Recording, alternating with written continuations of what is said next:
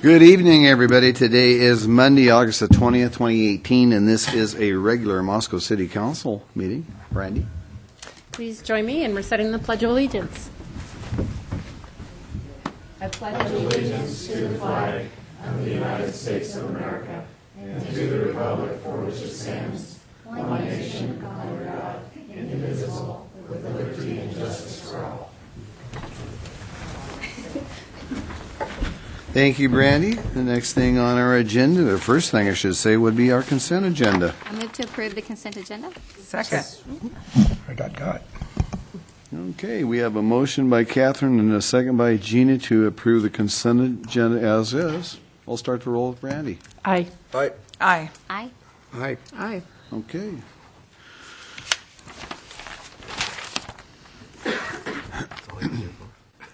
Item number 2, staff recognition report. Gary Reedner, do we have anything, sir? Nothing tonight, sir. Okay, mayoral's appointments, there is none, so we will move right on to item number 4, public comment and mayor's response period. That we allow folks to get up and speak to us and let us know what's on their minds, as long as it's not on tonight's agenda or in front of Planning and Zoning or Board of Adjustment.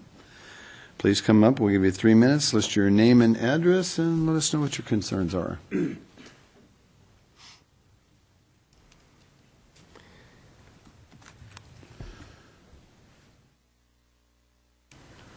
Okay, well, we will move right on to item number 5, which is a public hearing.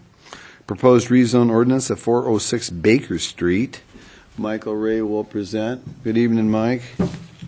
Evening, Your Honor. Council members.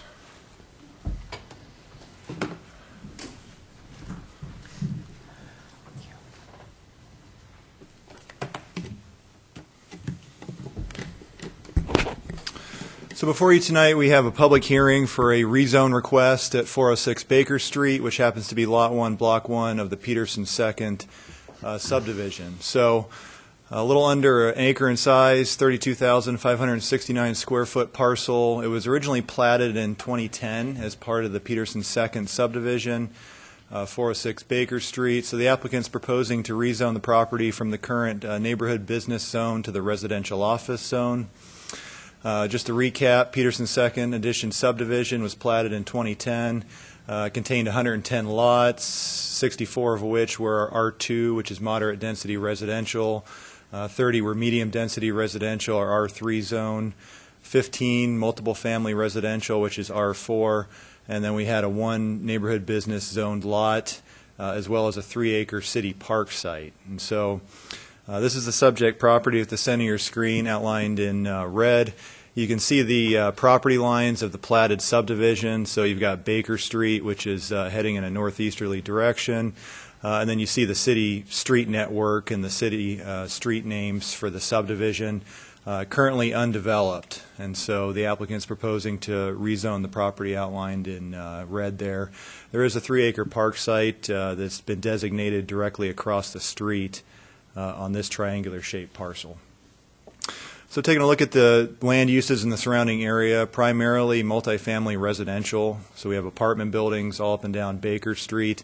You do have some professional offices further down along the A Street corridor. Peterson Drive, there is a Lutheran church there to the southeast of this property. And then the property to the northwest and to the east is primarily being used right now for agricultural purposes. Taking a look at the comprehensive plan land use designation, this property is designated as urban residential, as well as the majority of the properties down on the Baker Street corridor. It ends up transitioning as you head to the north and to the east into the auto-urban residential designation. And then a lot of the properties along C Street and A Street are currently designated presently as neighborhood conservation. So comp plan designation, urban residential, it's intended to allow higher intensity development. Ranges from single family to multifamily, 4 to 15 units per net acre. And then it points to appropriate areas for this designation, so areas close to the city core, areas of commercial development, areas adjacent or in close proximity to designated arterials.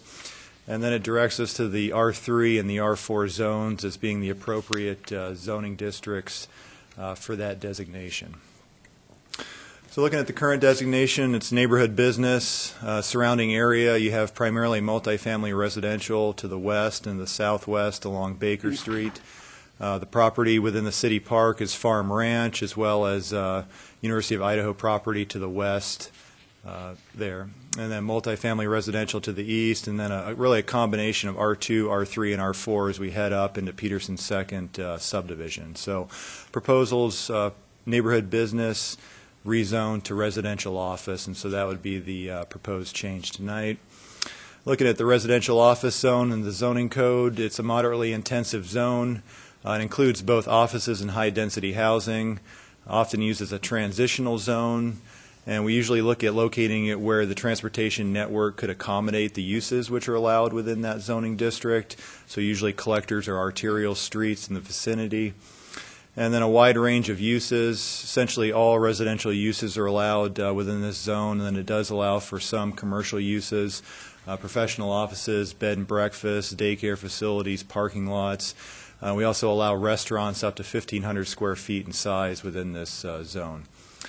Taking a look at the utilities and the street network, so it currently has existing water and sewer stub to this property. It will include the extension of mains up the Baker Street corridor. And they are of adequate capacity for any use proposed within this zone. So it does include the future extension of Baker Street. Right now, Baker Street terminates into a cul-de-sac which serves as a fire truck turnaround and is constructed of gravel presently.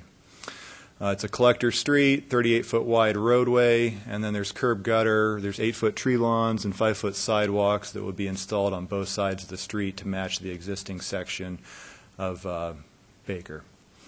So just to go over the rezone criteria again, I think we had a rezone recently, so I'm not going to go through these one by one, but they're up on your screen for your reference in case we have to go back and take a look at them.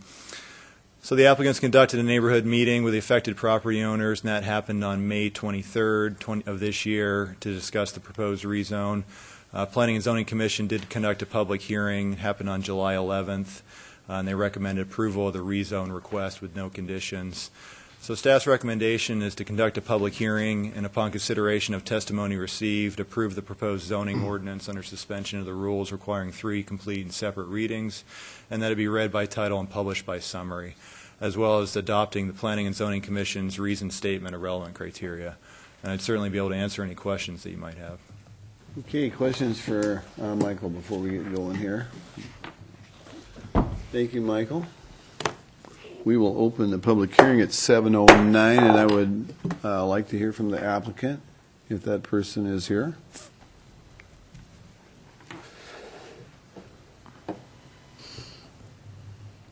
Okay, I would like to hear from anybody who would like to speak for, against, or any general comments on this public hearing, on this proposed rezone of 406 Baker Street. Making it easy on us, I will close it at 7:10 and turn it over to council. Wow, I don't think we've had one. It usually doesn't work that way, ladies and gentlemen. But Okay. All right. If there's no further, all right, then I'm going to move to approve the ordinance under suspension of the rules requiring 3 complete and separate readings, and that it be read by title and published by summary. Yeah, do you want to put the planning and Adopt zoning with that as well? And adopt the Planning and Zoning, thank you, Commission reasoned statement of relevant criteria. I'll second that. Swear this on. Okay, we have got a motion by Catherine and a second by Art to approve the proposed zoning ordinance under the suspensions of the rules requiring 3 complete and separate readings, and to be read by title and published by summary, and to also adopt the Planning and Zoning Commission's reasoned statement of relevant criteria. Thank you. Any discussion? I will start with Ann. Aye. Aye. Aye. Aye. Aye. Aye. Okay, and then we do have a ordinance number 2018-10. Okay, ordinance number 2018-10 An ordinance of the City of Moscow, Idaho, municipal corporation of the State of Idaho, providing for the zoning of approximately 39,386 square feet of property described in Section 1 of this ordinance as residential office, providing that the provisions of this ordinance be deemed severable, providing for this ordinance to be in full force and effect from and after its passage, approval, and publication according to law. Okay, we will move on to item number 6, which is a public hearing, and this is on amendment of Title 4, Chapters 4, 7, 8, 10 of the Moscow City Code regarding various zoning code amendments. Michael Ray, you have the floor on this one, sir. Thank you, Your Honor, council members. So before you tonight, we have a code amendment in ordinance form that the Planning and Zoning Commission's been working on over the last 2.5 months. It's in relation to 4 rather small amendments that were combined into one ordinance for your review tonight. The first one is access to lots and buildings portion of the zoning code within Chapter 6. So right now we have a requirement that every lot has to abut a public street other than an alley for a minimum distance of 40 feet, but we give some exceptions to that. The first one is cul-de-sac lots, flag lots, twin home lots, townhouse lots, and lots approved prior to the adoption of lot frontage requirement. And so if you recall, a number of years ago, there were some lots that currently have alley frontage that were pre-existing to our current ordinance. And so we had to go in and sort of rectify that situation for a number of lots within the city, and so that section was added at that time. So this one pertains to our flag lot exception. And under the approved flag lot section, they must abut a public right-of-way for at least 20 feet. So that's the exception. Doesn't have to be 40 feet. It's allowed to go down to 20 feet for at least the flagpole portion of the lot abutting the street right-of-way. So there are some requirements on that. It can't exceed 150 feet in length. It can be no less than 20 feet in any portion of the flagpole portion of the flag lot. So right now our current flag lot exception doesn't adequately address larger properties in more rural zones, so think in ag forest, suburban residential, farm ranch zones where you have these larger lot sizes. Suburban residential is currently a minimum of an acre in size. Ranges, farm ranch is 4 acres in size, goes up to 40 acres in size for ag forest. And so just to give you an example of a flagpole lot within the city, you can see these are more urban lots. So you have a 20-foot portion that's abutting a street right-of-way. The flagpole portion ends up extending into the portion of the main flag lot, which ends up ballooning out there and makes way for a home site. This provides for more infill development in urbanized areas of the city, and it's really worked well, over the years to provide that. But if we look in areas that are more rural in nature, so this is North Polk Extension on the border of the area city impact. In that area, you look at, we have a configuration of these lots that are a lot larger in size. And this area specifically ended up being divided into fashions that don't, really pertain or don't do well to subdivision and street extensions in the area. And so if you look at the 150-foot requirement right now from the street, which is represented by the red line. And so you end up getting into a lot of the home sites in this area, and it really prevents the opportunity for that infill development within flag lots. And so really the requirement for the 150 feet and the 20 foot in width was determined off of fire truck turnaround requirements. And so once you get past 150 feet in length, you're required to provide a fire truck turnaround, which is similar to a 96-foot cul-de-sac. And so a lot of the lots within town, you wouldn't be able to achieve that. Whereas these more rural lots that are a lot larger in size, you would be able to achieve that fairly easily. And so those are kind of the distinctions between the different areas in town. What we would propose to do is adding a section at the very end for lots within the ag forest, farm ranch, suburban residential zoning districts where access is provided by a permanent access easement of no less than 20 feet in width at any point, and then specifying that the flagpole portion of the flag lots and access easements within those zones may be greater than 150 feet in length, so long as sufficient fire department access is provided. And so that's inherent with the review. The fire department would review these types of things, but just wanted to make sure we stated that so the fire department could review that, and adequate access and turnarounds could be provided if that was required. Next amendment has to deal with plan unit developments. So right now, the code currently doesn't include base density requirements, residential base density requirements for various commercial zones. Base densities are essentially being asserted for appropriate zones, and then the code doesn't state which zones are eligible for PUDs either.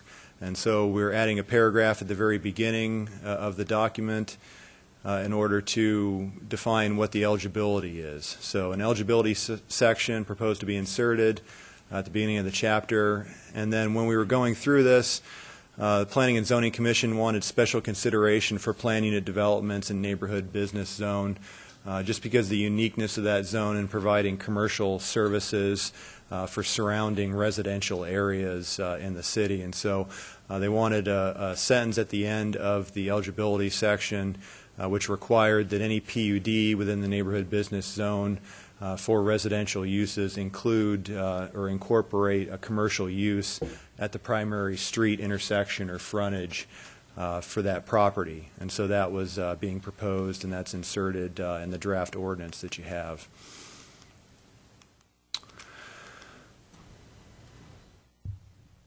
Looking at the next amendment, so Chapter 8 goes through the appeals, variances, conditional and special uses.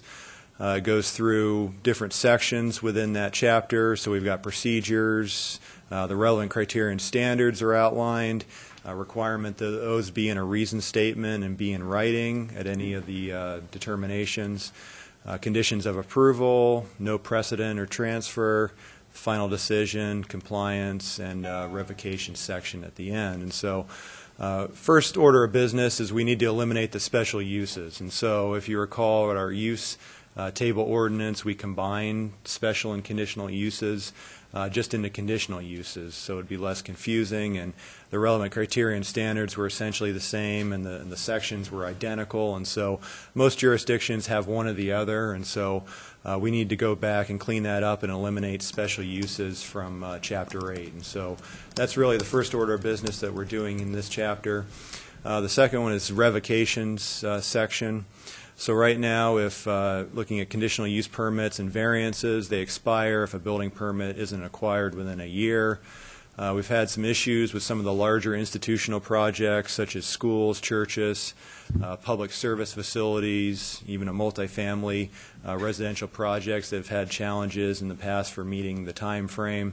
So a lot of times when you receive approval for a conditional use permit or a variance, that's when you begin the investment and construction plans, fundraising, property acquisition are all dependent upon the approval of the conditional use permit or variance, because you wouldn't go in and do those things prior to knowing whether or not the project's going to be approved. And so oftentimes that ends up happening after the approval's been given. So as part of this, the Commission did look at a number of other jurisdictions within Idaho as far as what they did with the expiration period. We looked at Boise, Coeur d'Alene, Meridian, and Lewiston, to name a few. And there was similar requirements within each jurisdiction. Most had a 2-year expiration period, and there was also ability to administratively extend the approval period by another 2 years. So you've got the initial 2 years, and then prior to that expiring, they're able to petition the zoning administrator in order to extend that for another 2 years in most of those jurisdictions. And so the Commission had reviewed those and determined that, similar to the other jurisdictions, looking at the 2-year approval period that could be extended by the zoning administrator was a reasonable scenario there. And the Commission also wanted the ability to extend beyond those 2-year, the initial 2-year period, as well as the extension period, so up to 4 years, and then going back to the Board of Adjustment at that point to review the original decision by the Board of Adjustment, It wouldn't be a public hearing unless there are a number of factors that have changed since the initial approval. And so an example of what those factors that we had codified were whether there's significant amendments to the comp plan or zoning ordinance which will affect the CUP, whether there being significant land use changes in the vicinity that would adversely impact the project or be adversely impacted by the project, or whether community facilities and services remain adequate to serve the project. And so, these are the things that we're concerned about between the approval period and when they start construction. A lot of times when the Board of Adjustment approves conditional use permits or variances, they're approving it based upon public input and a certain, land uses in the vicinity and plans that we have in place, especially the comp plan. And so if any of those things have changed, then it probably warrants another public hearing to bring in the factors that have changed during that time. And so if any of those conditions are met there, the board would have the ability to kick it back to go pretty much all the way back through the process and require another public hearing. And so that would be at the board's discretion, but we have given them guidance with these three criteria here. The last amendment is public hearing notice requirements.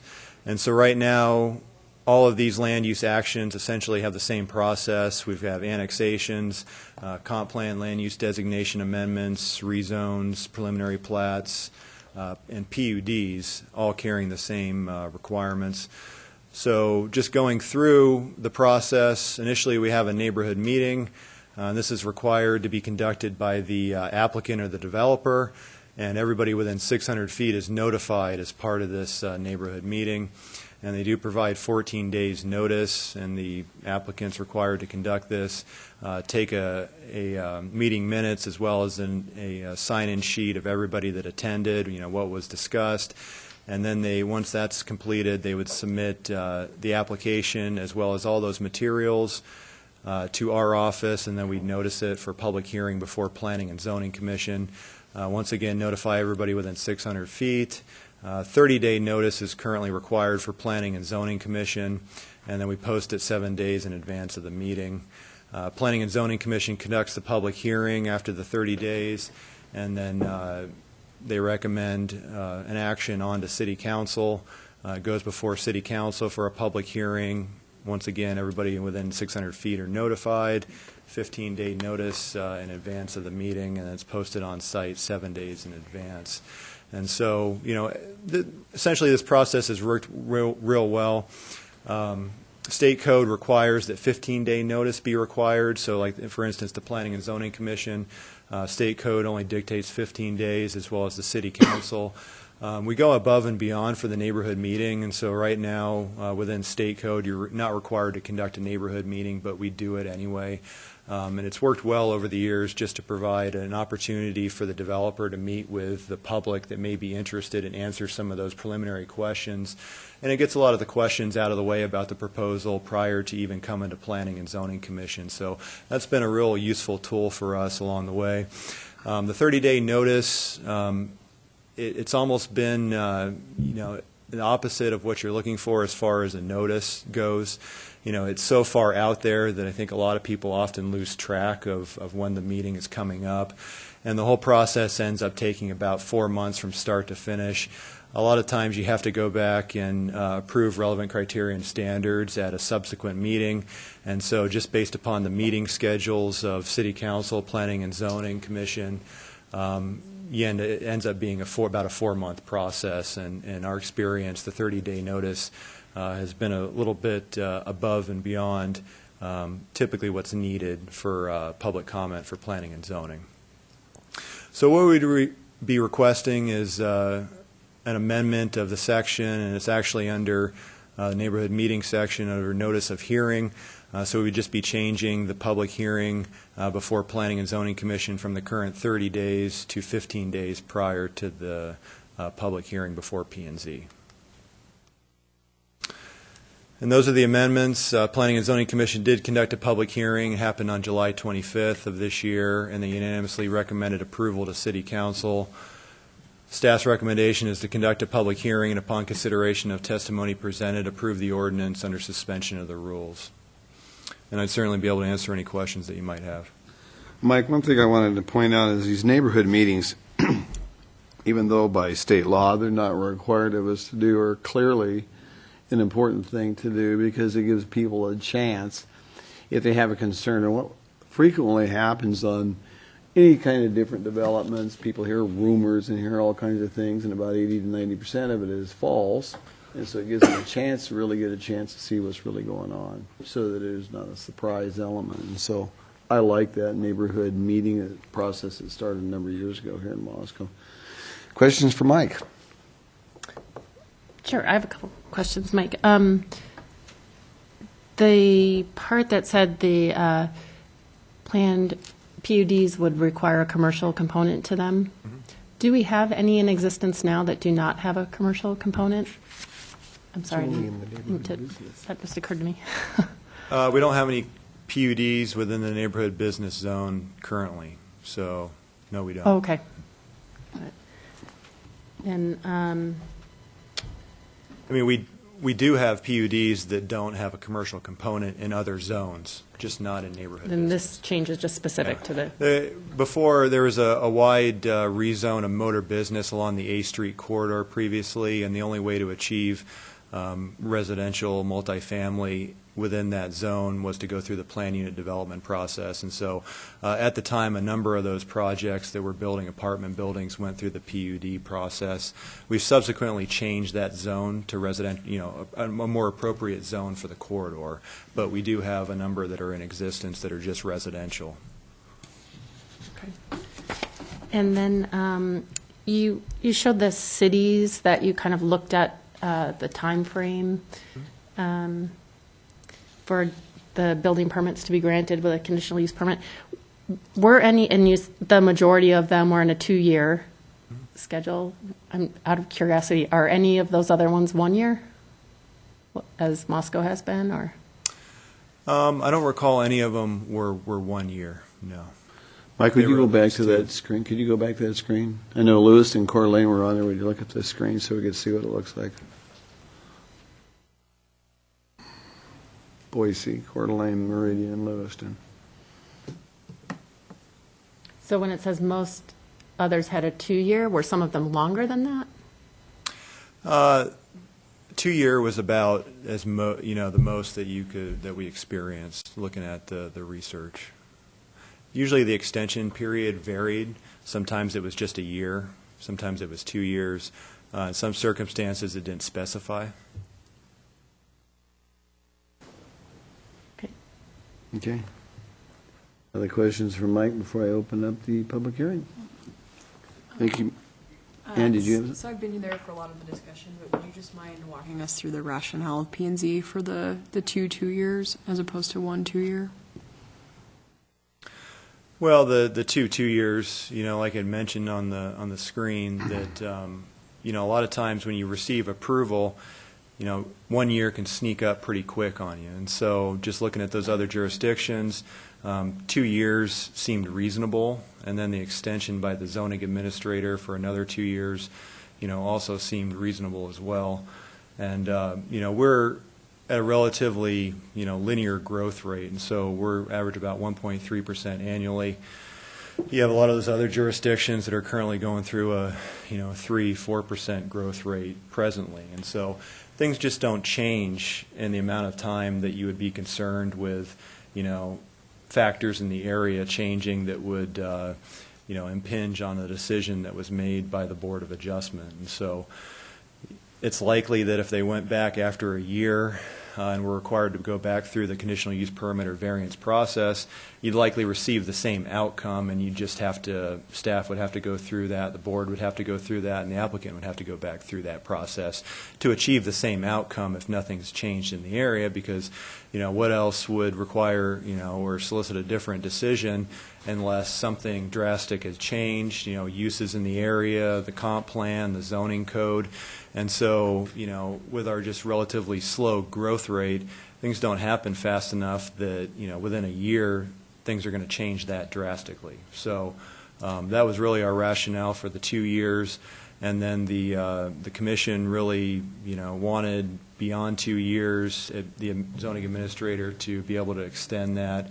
And then a lot of other jurisdictions just left it at that. It was just 4 years, but they wanted the opportunity for the Board of Adjustment, the applicant to be able to go back to the Board of Adjustment in order to, have them review the conditional use permit or variance and allow for another extension beyond that. And then if those factors have changed, really the ones that we're concerned about, like we've listed 1 through 3 there, they have the ability to require a public hearing at that point. And so, that's really above and beyond what a lot of other jurisdictions do, and the commission in their discussions really just wanted that option in those scenarios. Maybe have a situation like the ice rink. Obviously that's a little bit different because it was, they approved kind of a phasing and a timeline with that approval, and so it really wasn't subject to our year for the building permit. And so, but they, wanted that to leave that open at the discretion of the Board of Adjustment in order to allow more time through that process. Yeah, I'm thinking about the 6 years total, and Art, you had made some comments that I'd actually been thinking about in the last week or so, and that doesn't seem to be the standard. It seems to be the 1-2 year, which we'd be extending from 1 to 2, and then the additional 2 year. I'm just wondering about that second 2 year extension.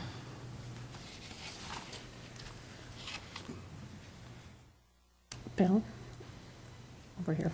Brandy, I'm sorry. So, no, that's okay. Just to clarify, so the factors that would be considered to determine if a public hearing was indicated would not be looked at until 4 years. Is that correct? Correct. So we'd allow the initial 2 years, and then prior to that expiring, they'd be able to petition the zoning administrator to extend it for another 2 years. And then prior to that 4-year period expiring, we would schedule that for a regular agenda item before the Board of Adjustment, and they would review it, compare it to the factors in the code, and make a decision at that point whether or not to allow for another extension or kick it back for a public hearing.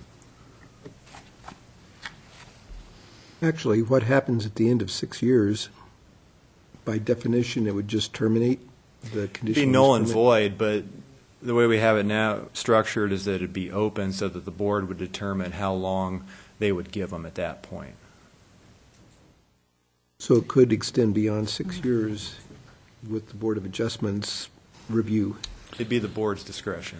One of the things I will say, I'll insert something here, after serving on Board of Adjustment for 4 years, 2 years as the chair of that, rarely do you run into a circumstance like that we're describing right here. There's a lot of what ifs. The only thing I can think of that would change something on the conditional use permit that would prolong it is if you went into like a long retracted period, a recession or something like that would cause something to change for whatever the person was trying to accomplish, whatever the situation was that may be a financial or whatever.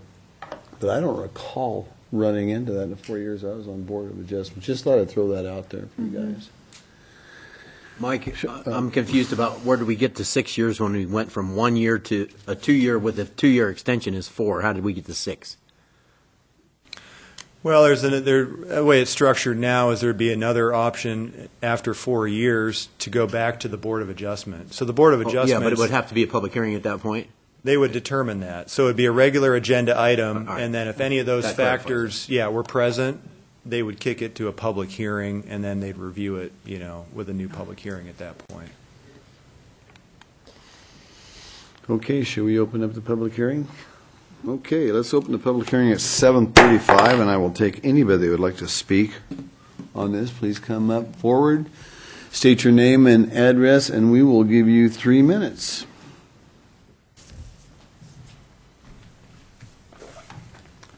David Hall, 1334 Wallen Road, Moscow.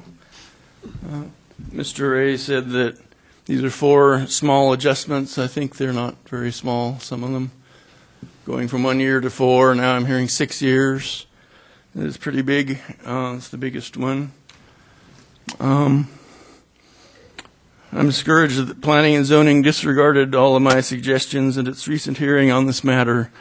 They're included in your packet, pages 167 to 177, mostly English, misplaced words, some things, strings of words that are not sentences.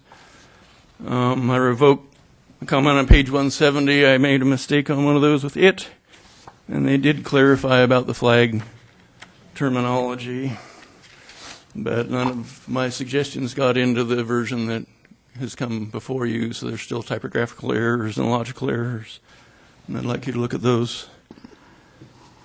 The public notice, Moscow continues to reduce input by or consideration of input from the public. It can take time to research and put down coherent comments for a public hearing.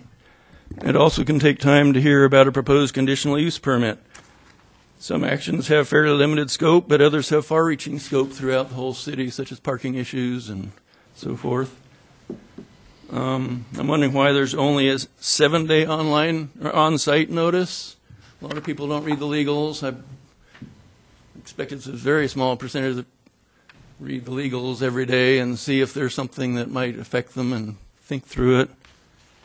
The neighborhood meeting would not be for the general citizenry, so shouldn't really be included as part of the timeline for the actual public comments for folks, in my opinion. The bigger thing for me is changing from 1 to effectively 4, or now maybe 6 years to get a building permit for a CUP. It seems excessive. Do you want to allow or even encourage deadbeat buildings downtown? It seems like that would allow people to file, and if things change, they could just sit there for 4 or 6 years and do nothing with old buildings or whatever. And one of the comments that I did bring forward to the planning and zoning that's in there, but I want to emphasize for the extension of approval term, it says if in determining whether to grant the extension request, the board shall take the following factors into consideration, and they have 3 conditions with an or, and I think there should be an and, that they should look at all 3 of them, and not just cherry pick, oh, this one's fine, and don't even consider the others. Whether there's been significant amendments to the comp plan, whether there have been significant land use changes, and whether community facilities and services remain adequate. All should be considered and not just allow them to pick one the way that's the wordage says they can do. So I would like to keep the current time frame for public notices, correct the language in what is passed, and consider input from the public in planning and zoning hearing that has already been received. Thank you. Thank you, David.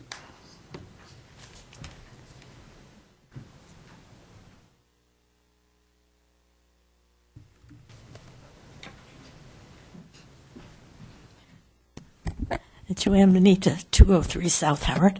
Excuse me, but the bad air getting to me. Actually, I'm pretty much seconding what David said. I don't see any benefit to the community for reducing the amount of time to set another public hearing from 30 days to 15 days. I don't think it will help the city, and it may prevent some people from having the opportunity to speak on a certain subject. I know very often when we come to a public hearing at City Council, we're told, well, you should have been at the Board of Adjustment, you should have been at the Transportation Commission meeting, and we weren't there because we didn't have the time. People leave, especially in the summer, for more than 2 weeks. And in the case of a conditional use permit, some people were out of town, and then they tried to file an appeal, and they were told, well, you should have been at the Board of Adjustment. So I think you should keep the 30-day period before your first public hearing. And for this second issue of extending the time for the public, for the PUD, I don't think you should have a public board of adjustment to decide about those three factors. They should be part of the public hearing. So you should just, if they want to go beyond 4 years, which is a long time, then they would have to go to the Board of Adjustment and have a public hearing to discuss those matters. Don't leave it to just the board. Let the public speak about it, because this does affect the whole public. I hope that makes some sense. And I know very often we feel like there are a lot of steps, but those steps are very important in the public process. I think I'm seeing the council now moving to include the public more and to give us time for public input and time, as David points out, some of these things, I know it takes a lot of research and time online for me to get a question answered. So I do think those time periods of 30 days are necessary. Thank you. Thank you, Joanne.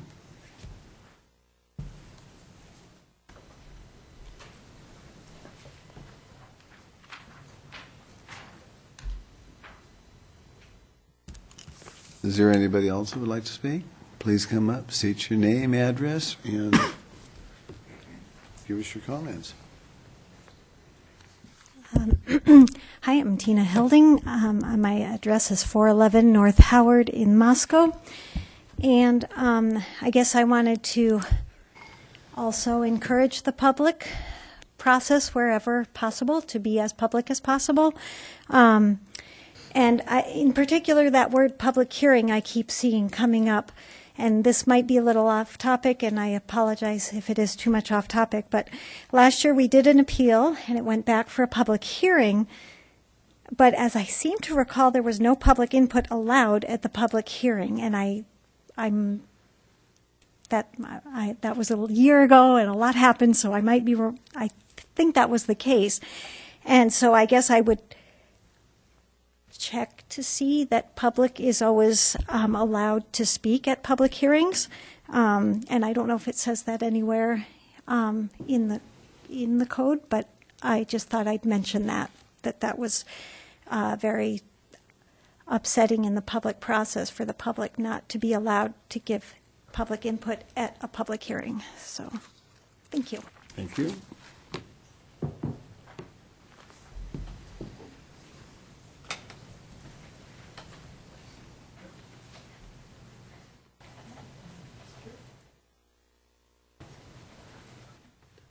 Any others would like to come up and speak? Okay, I will close the hearing at 7:43. Turn it over to council.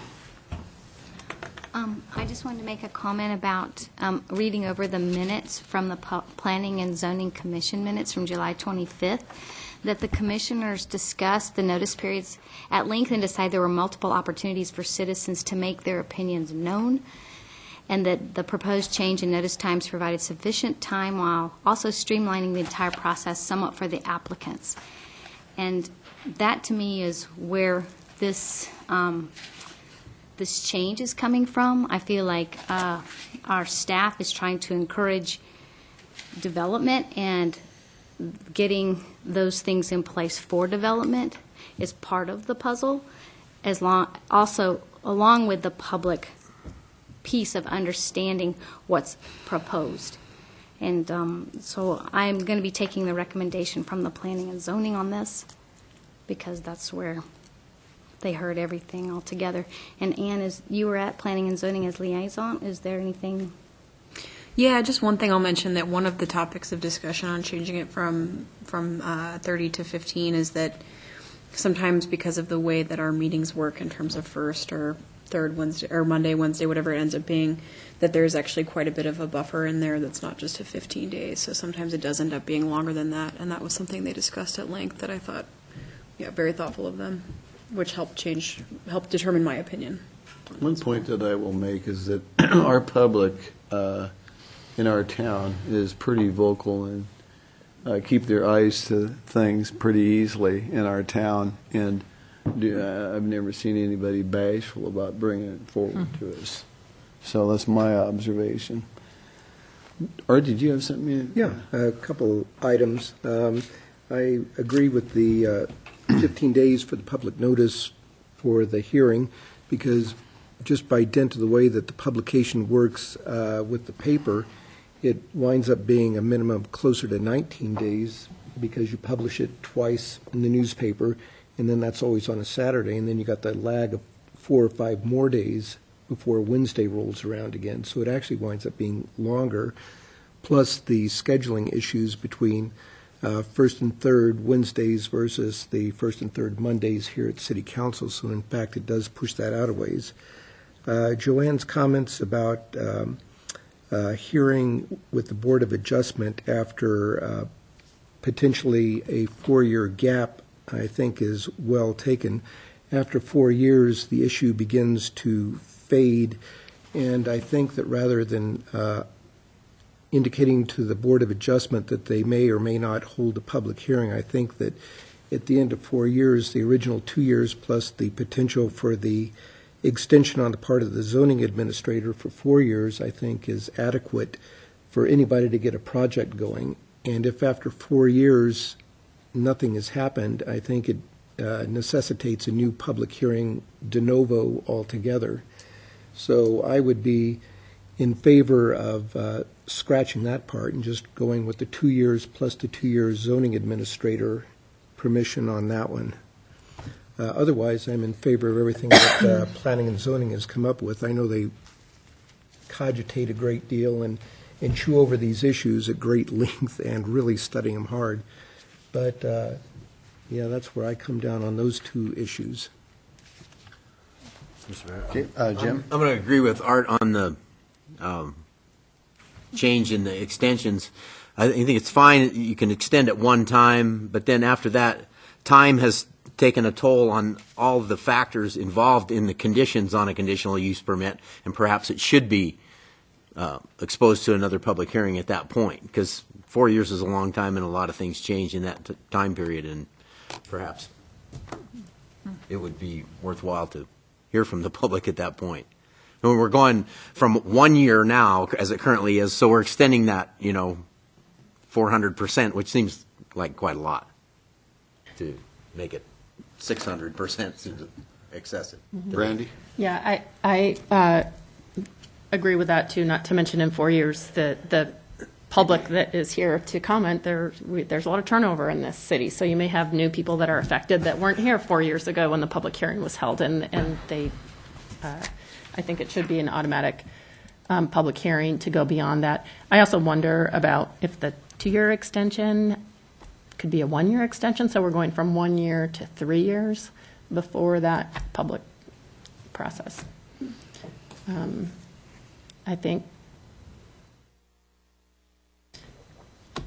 I would just like to hear what other people think about that, if there's a reason to start with extending 1 year to 2 year, and then the renewal for an additional year to bring it to 3. All right. As Mike pointed out, factors in the city don't change that much. And for example, in our current construction climate, where everything is rocketed through the roof, a developer may be inclined to postpone development, hoping for a better construction climate, and that could easily take up 18 months or so. So that's why I think that 2 years and 2 years is probably a reasonable period of time to both permit the developer to develop, and the fact that in Moscow things don't change so radically that the conditions within that time period have altered the reasons for the conditional use permit.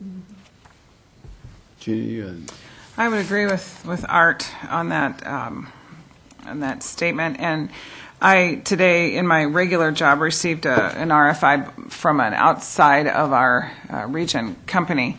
And one of their requirements was a streamlined permitting process.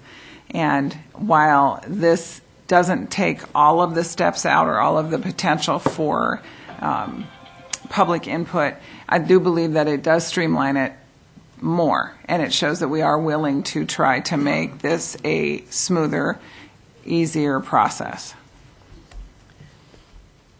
Mayor, I have just a couple questions for Mike. So the 30 days changing to 15 days just pertains to the public hearing before P&Z, correct? It does, and it was for those land use actions that I had listed on the screen. So this doesn't pertain to conditional use permits. Exactly, that's what I wanted to kind of clarify. Nothing's It's- changing there except for the extension.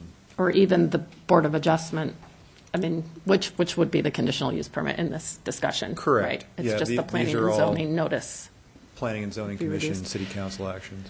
And then I think it was a Public Works meeting, this question came up also that I'd just like to be sure I got correctly, that currently everyone who has been given a conditional use permit already has their building permits secured, correct?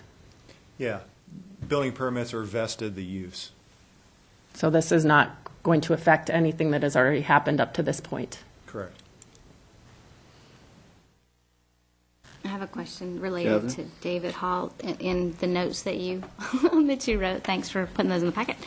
I mean, on the page 172 in the packet where you talk about the 3 areas, I guess I wanted more clarification from what he was trying to ask about seeing those as 3 separate things, and so he was wanting an and instead of they could just pick one. Can you elaborate just a little more? The original intention was that if it met any of those factors, then it would have to go back for a public hearing. Any. That's what I understood. Okay, I just wanted to make sure I understood that correctly. That's not the language says. Although what we've been kind of discussing here is getting rid of that anyways, and at the end of that 4 years, it is a public hearing if they want additional time. So that would be kind of a non-factor if that's what is decided here. Even if there's a change in the comprehensive plan? Those were the factors that would necessitate a public hearing. We're saying we don't want those, we want the public hearing no matter what. Right. After 4 years. Yeah, Okay. which is suffice. Okay. Oh, I have one more little question about the flag lot. Brandy? So would there be any reason to set a max for the length in those other zones? I know it said it could be longer than 150. Is there any reason to set a limit?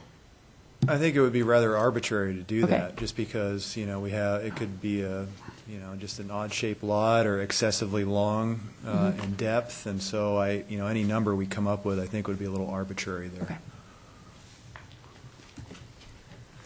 Okay.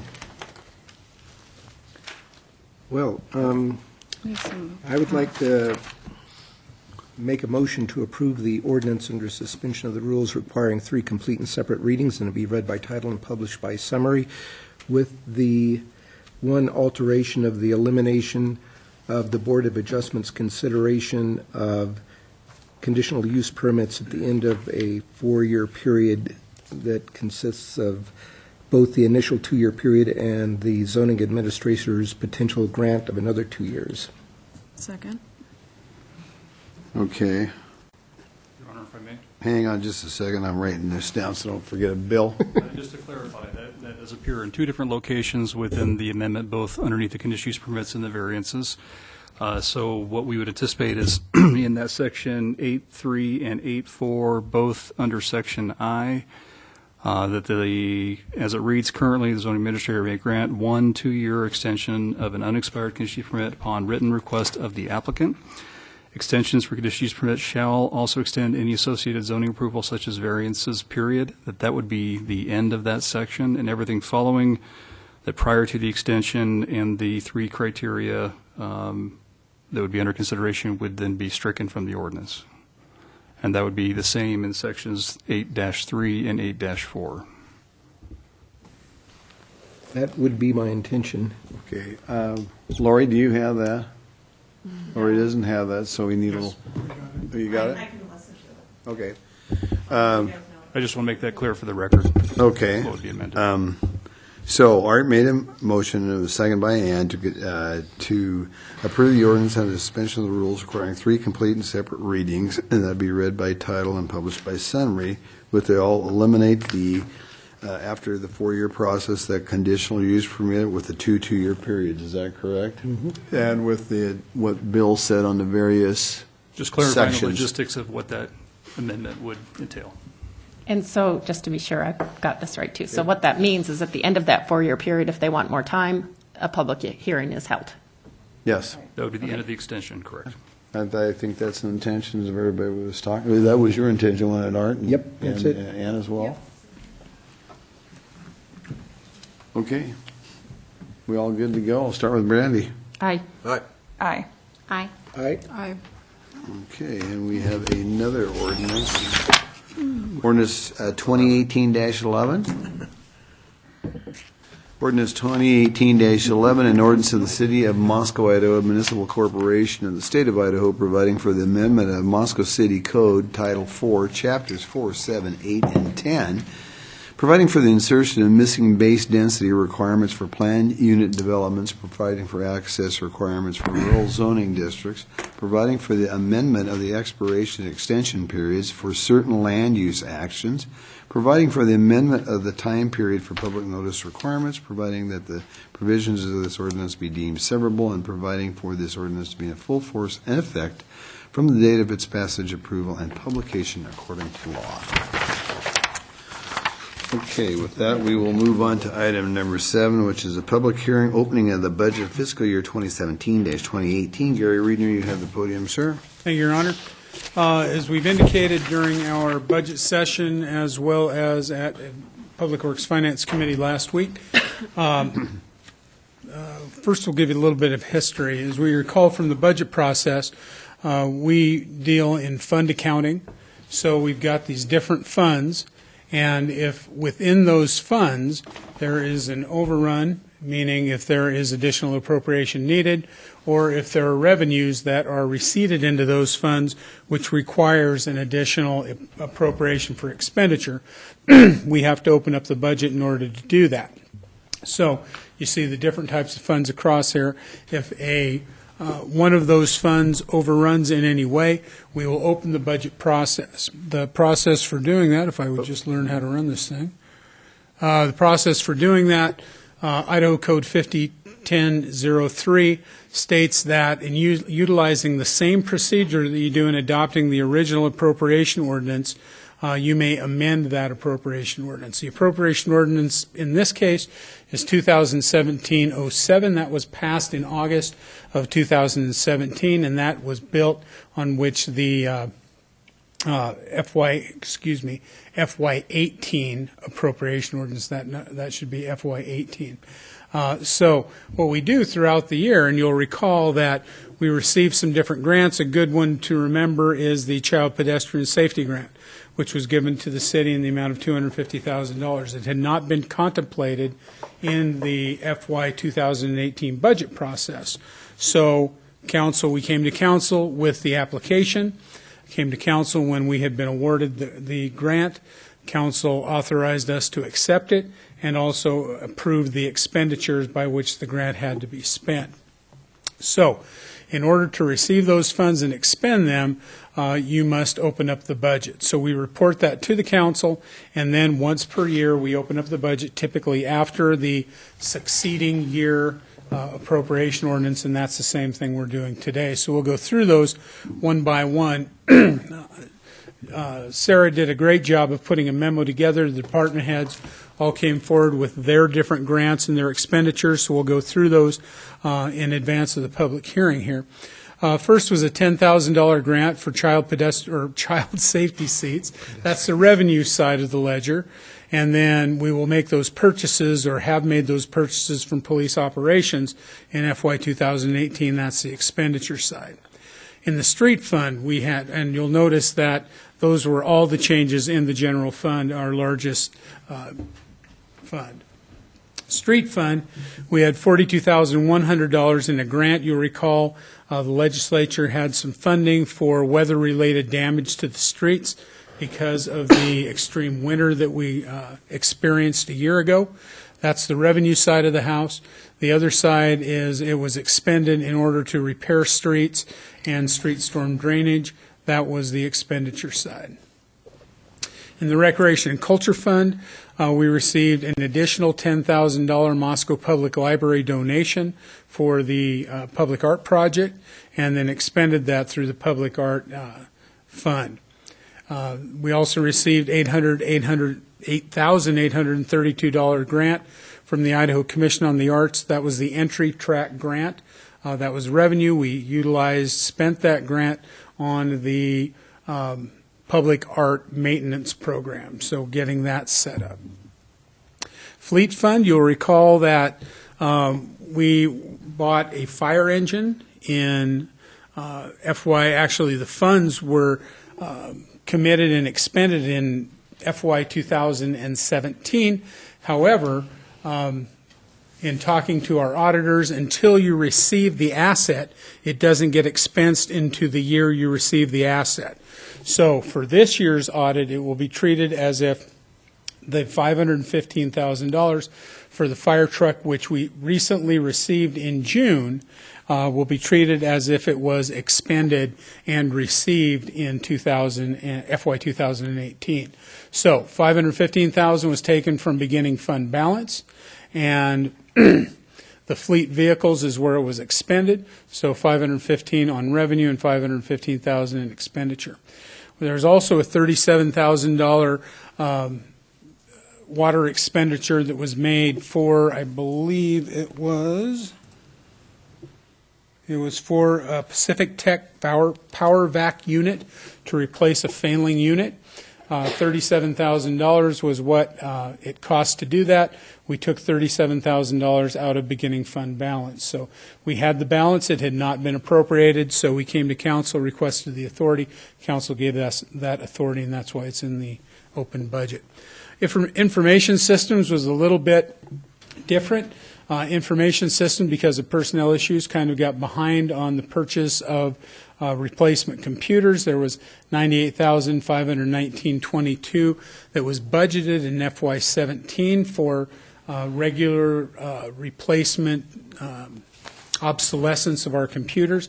So beginning fund balance, again, it was carried over from FY17. $98,519.22. It was expended from the IS fund in the corresponding departments. As you know from our information systems fund, since it is an internal service fund, each department is billed separately for the number of technology equipment that they have, as well as software programs and actual use of the maintenance. Capital Projects Fund is always the biggest fund that typically has to be adjusted.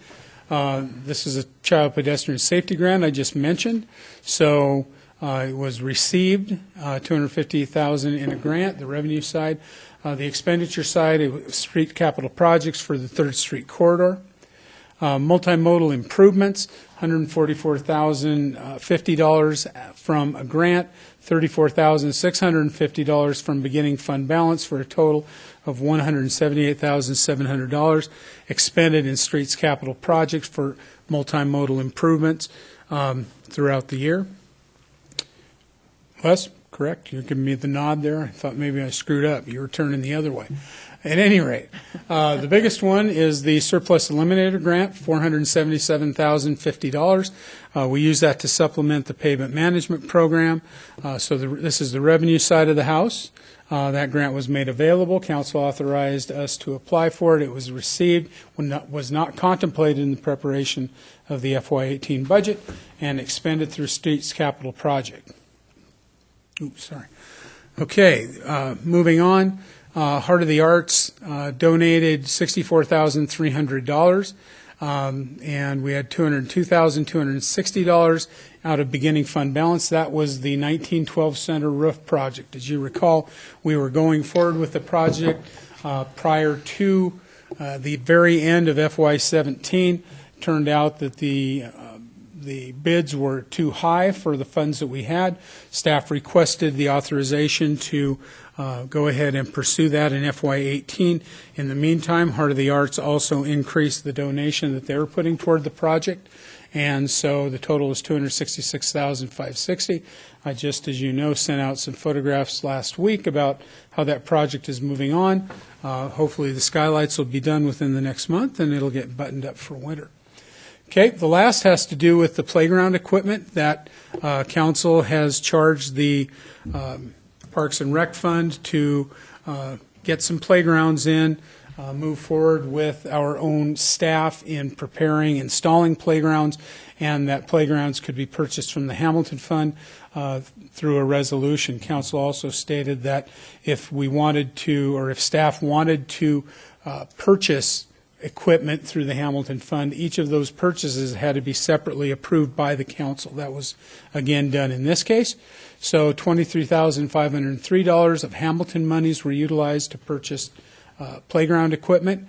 There was also a $30,000 donation from Bill Parks and the Moscow High School Buddy Club, and so that's included in that donation. And then, again, beginning fund balance out of Parks and Rec Capital for a total of $102,303, and it was expended through Parks and Rec Capital projects. Playground equipment was where the expenditure came from. All of that totals $2,019,967.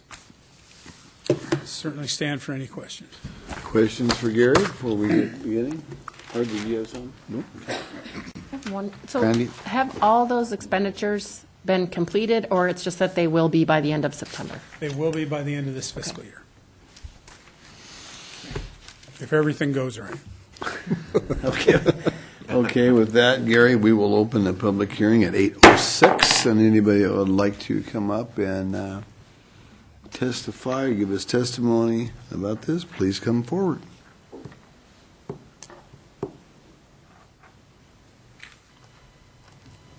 Got to wait at least 1 minute, don't we? So it's 8:07 before I close this thing officially.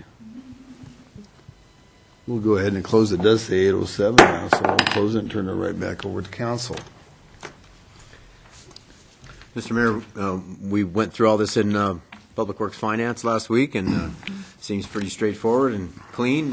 So I would move to approve the ordinance under suspension of the rules requiring 3 complete and separate readings, and it be read by title and published by summary. Second.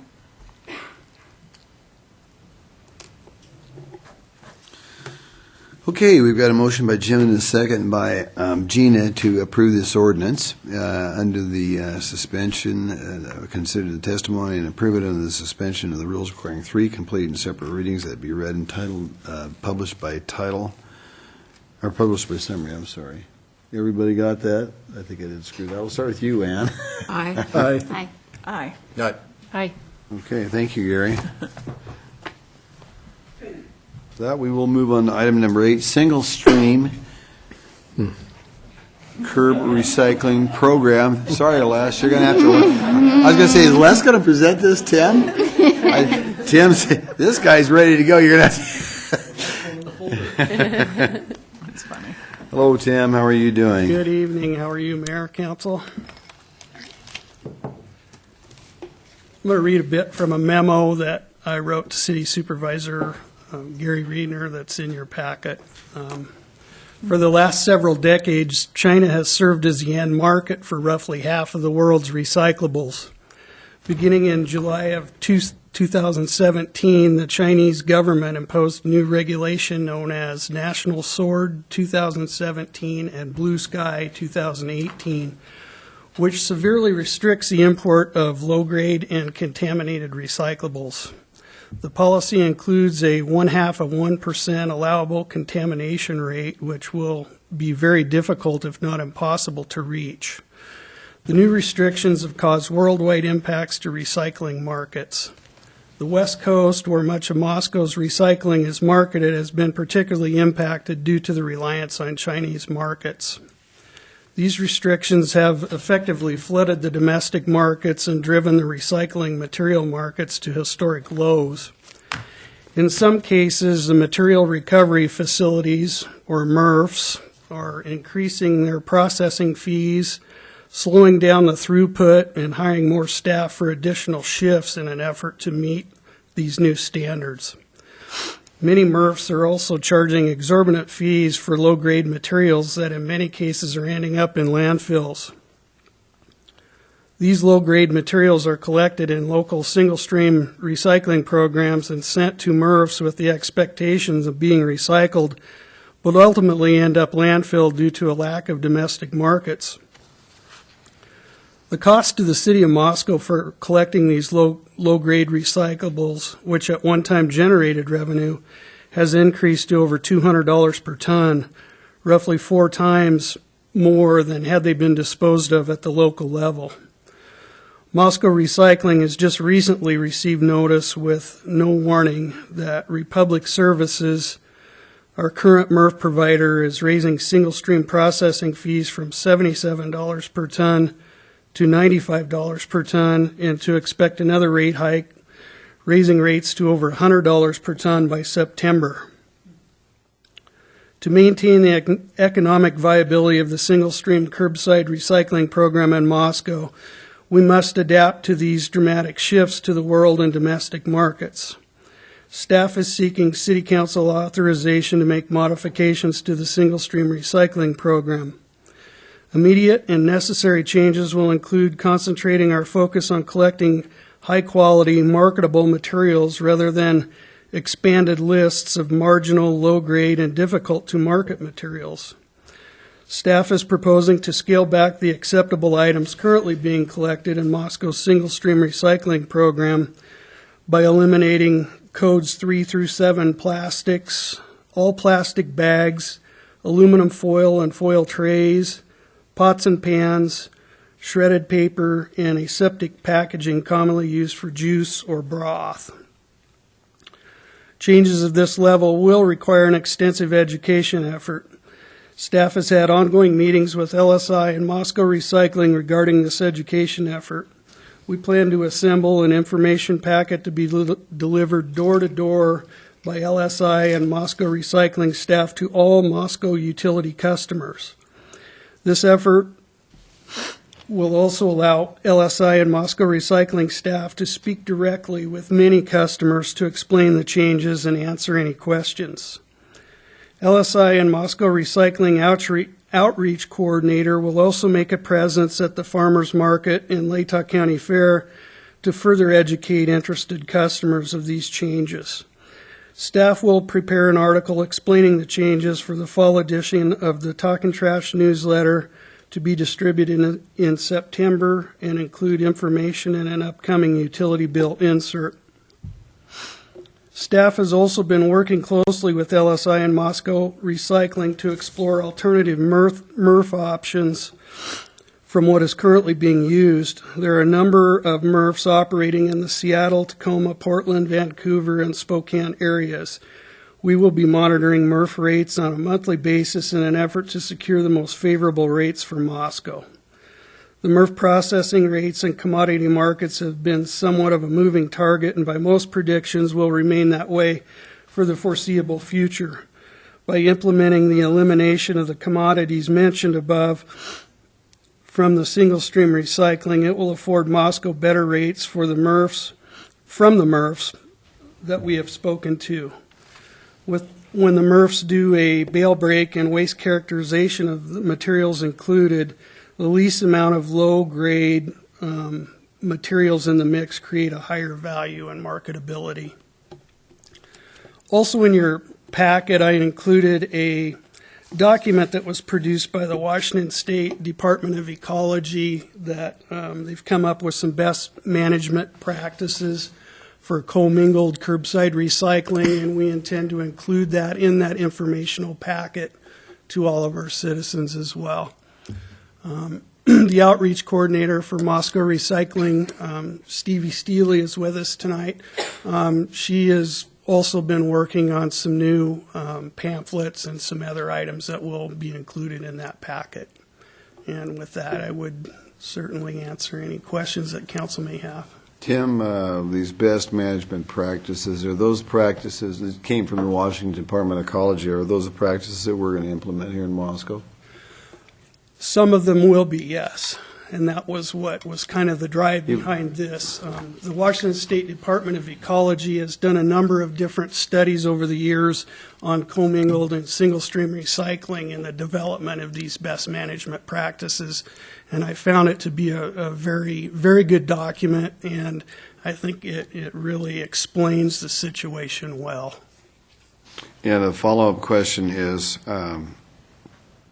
This information is going to get out to all the residents here in the city of Moscow, and I'm guessing probably the county as well, as we go with this thing. I mean, how soon is this The county is also changing up their recycling that they're doing at their bulky waste sites. They have some commingled boxes that they're changing, similar to what Moscow will be doing as well, as far as acceptable items.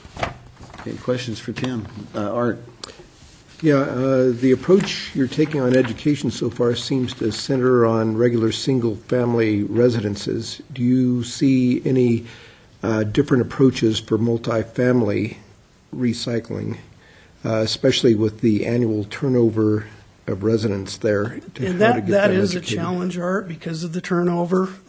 We do have property management companies that are more in tune to what we're trying to do than others, that are more willing to work with us. They are the ones on the front line, if you will, and they know the tenants directly, where the city, acting as a billing agent, generally bills the property management companies.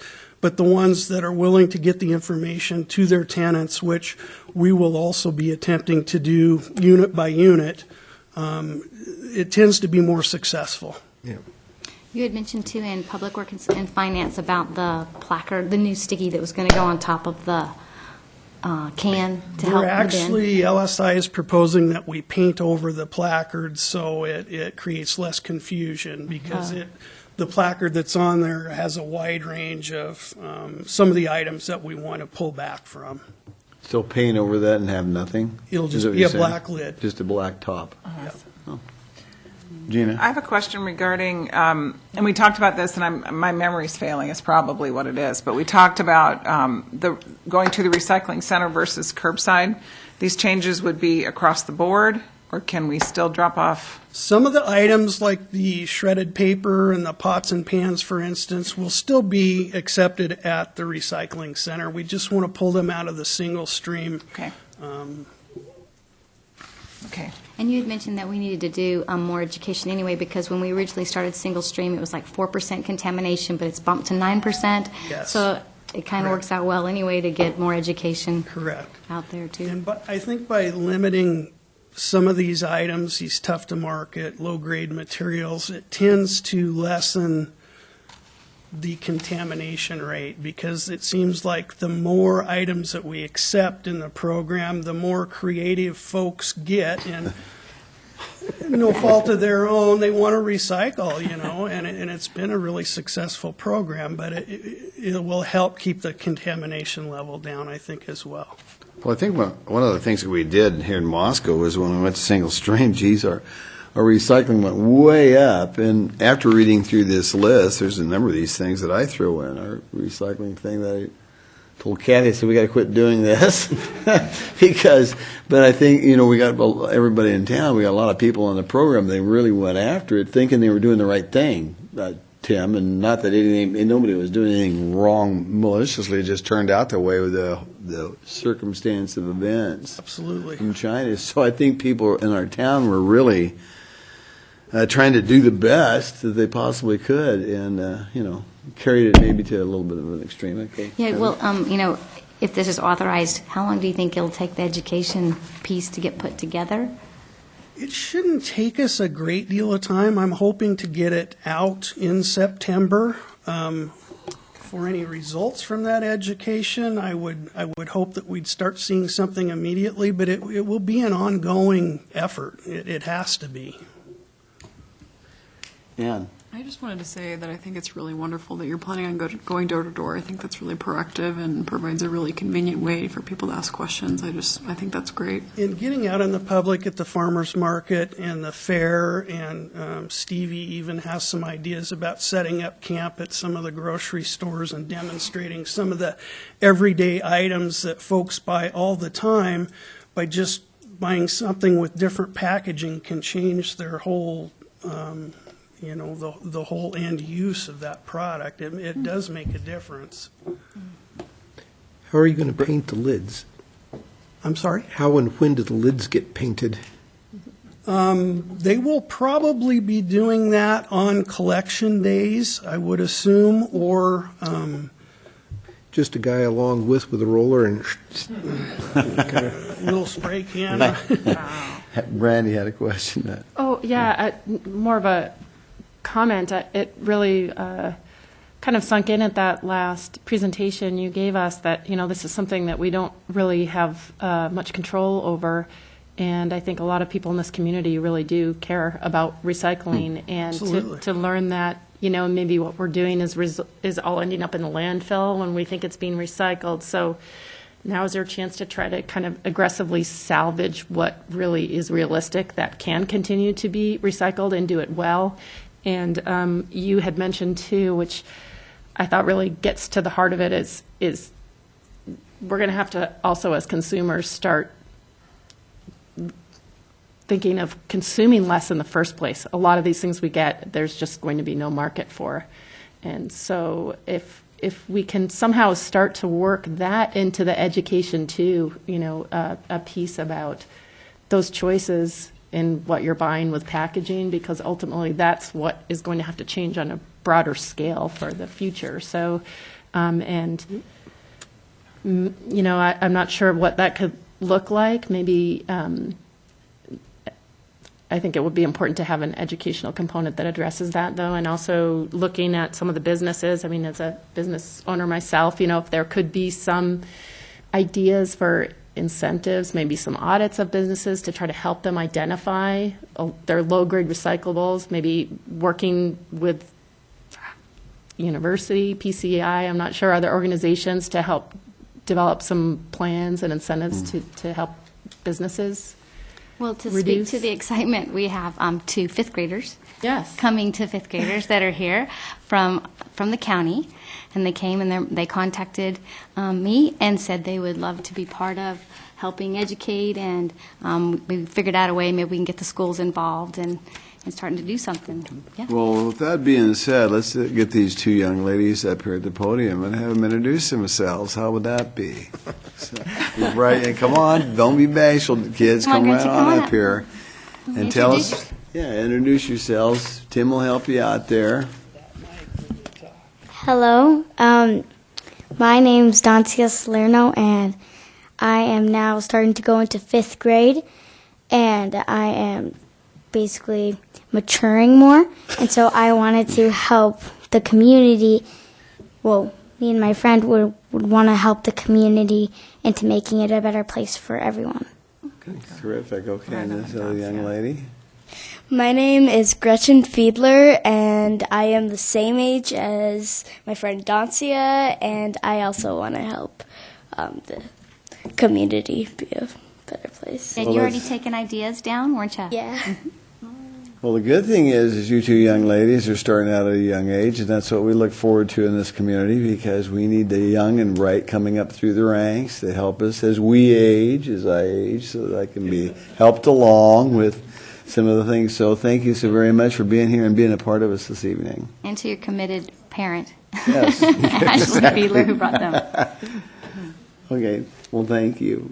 Thank you. You're welcome. Okay, so, Council, we have got... Your Honor, I'm going to do this one. All right. I move that we authorize staff to modify the single-stream curbside recycling program as presented. Second.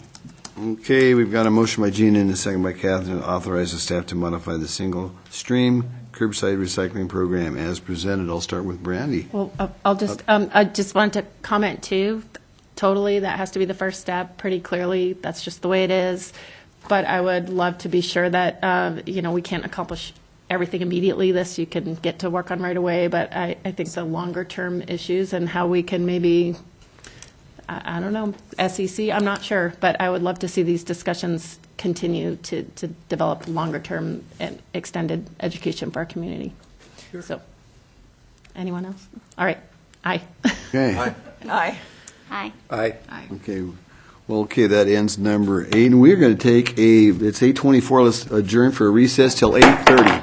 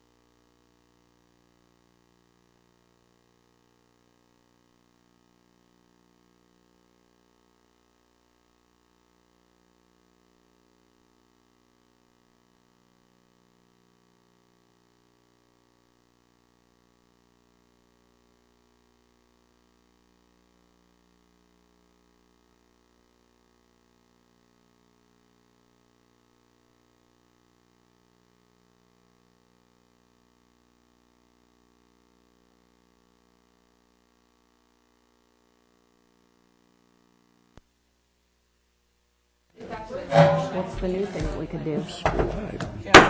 Okay, we will resume our meeting, folks. Please take your chairs. And we will go on to item number 9, 3rd Street Corridor Multimodal Improvements, Phase 1 bid results. And we've got Les McDonald with us tonight. Hi, Les. Good evening.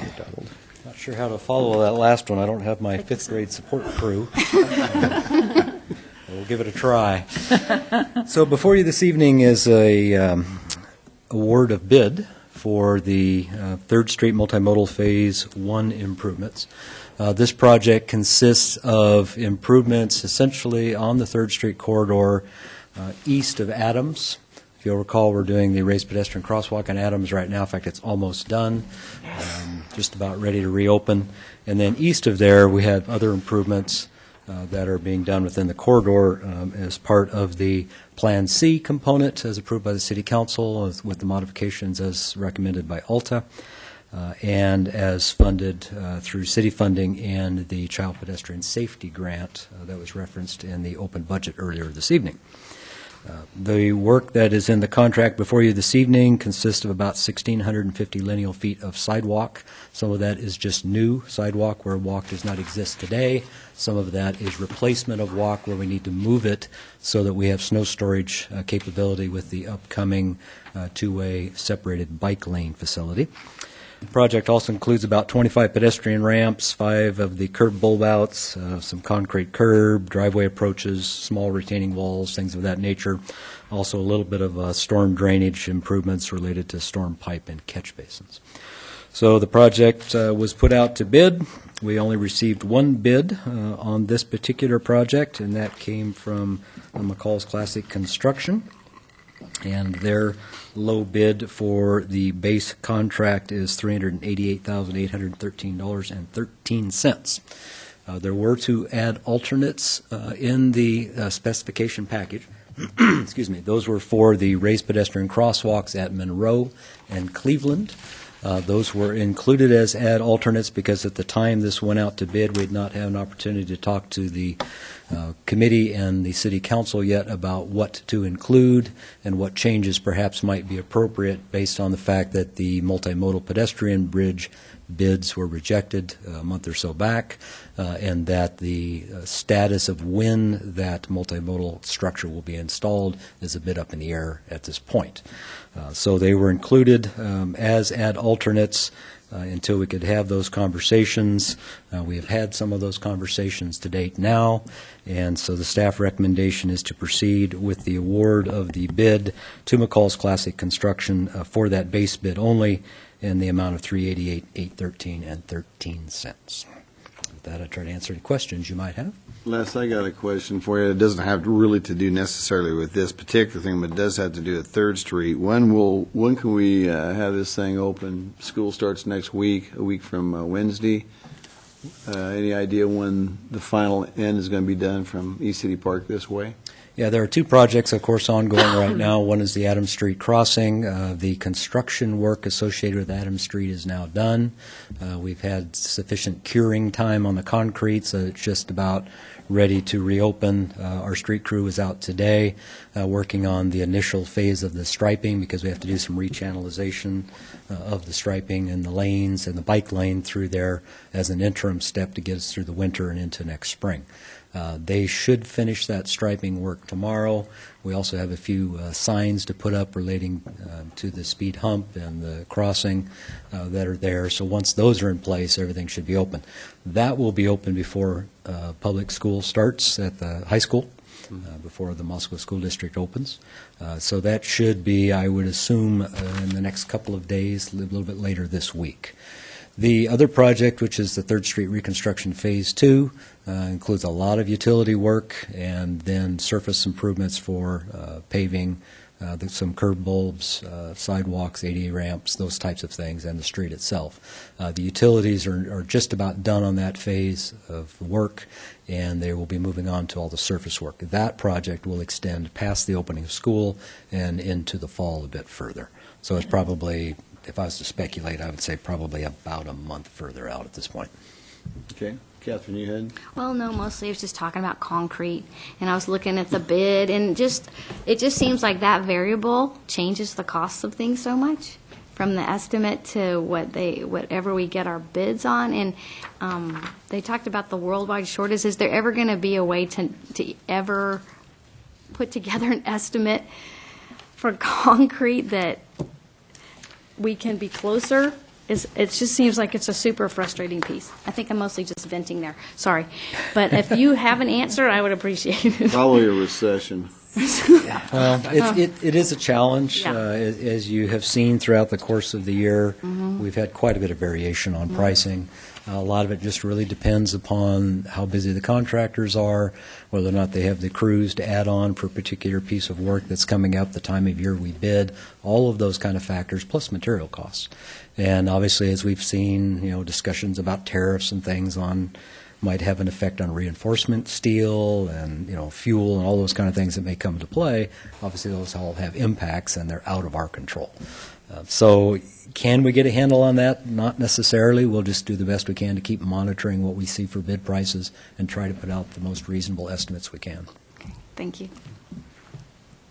Brandy, I'll start with Brandy. I'll come back to you, Gina. Quick one with when you were talking about the high school. Will the lights be installed before school also, or is that later? The lights, actually I didn't mention that, but the lights are actually part of this project.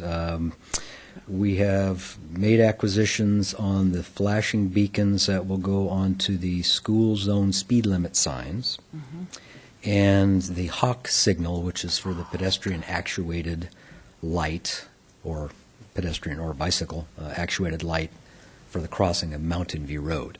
Those materials, those lighting materials, will be installed with this contract. So it's doubtful that would happen prior to school beginning. By the time we get contracts signed and them actually out in the field, they probably won't be back in town at least until next week, based on their current construction schedule. So most likely that'll happen after school begins. And then one more with the alternate add-on. Is that approximately, could you cut that in half for each crosswalk? That's the total for both of them? I would assume that would be a fairly reasonable number, because they are similar in size and general scope, as I recall. So can there be an option of saying we want one, but not both? We certainly could look at a change order on the base contract that would add one crosswalk rather than the two that are in the add alternate, if that is a direction that the City Council would like to pursue.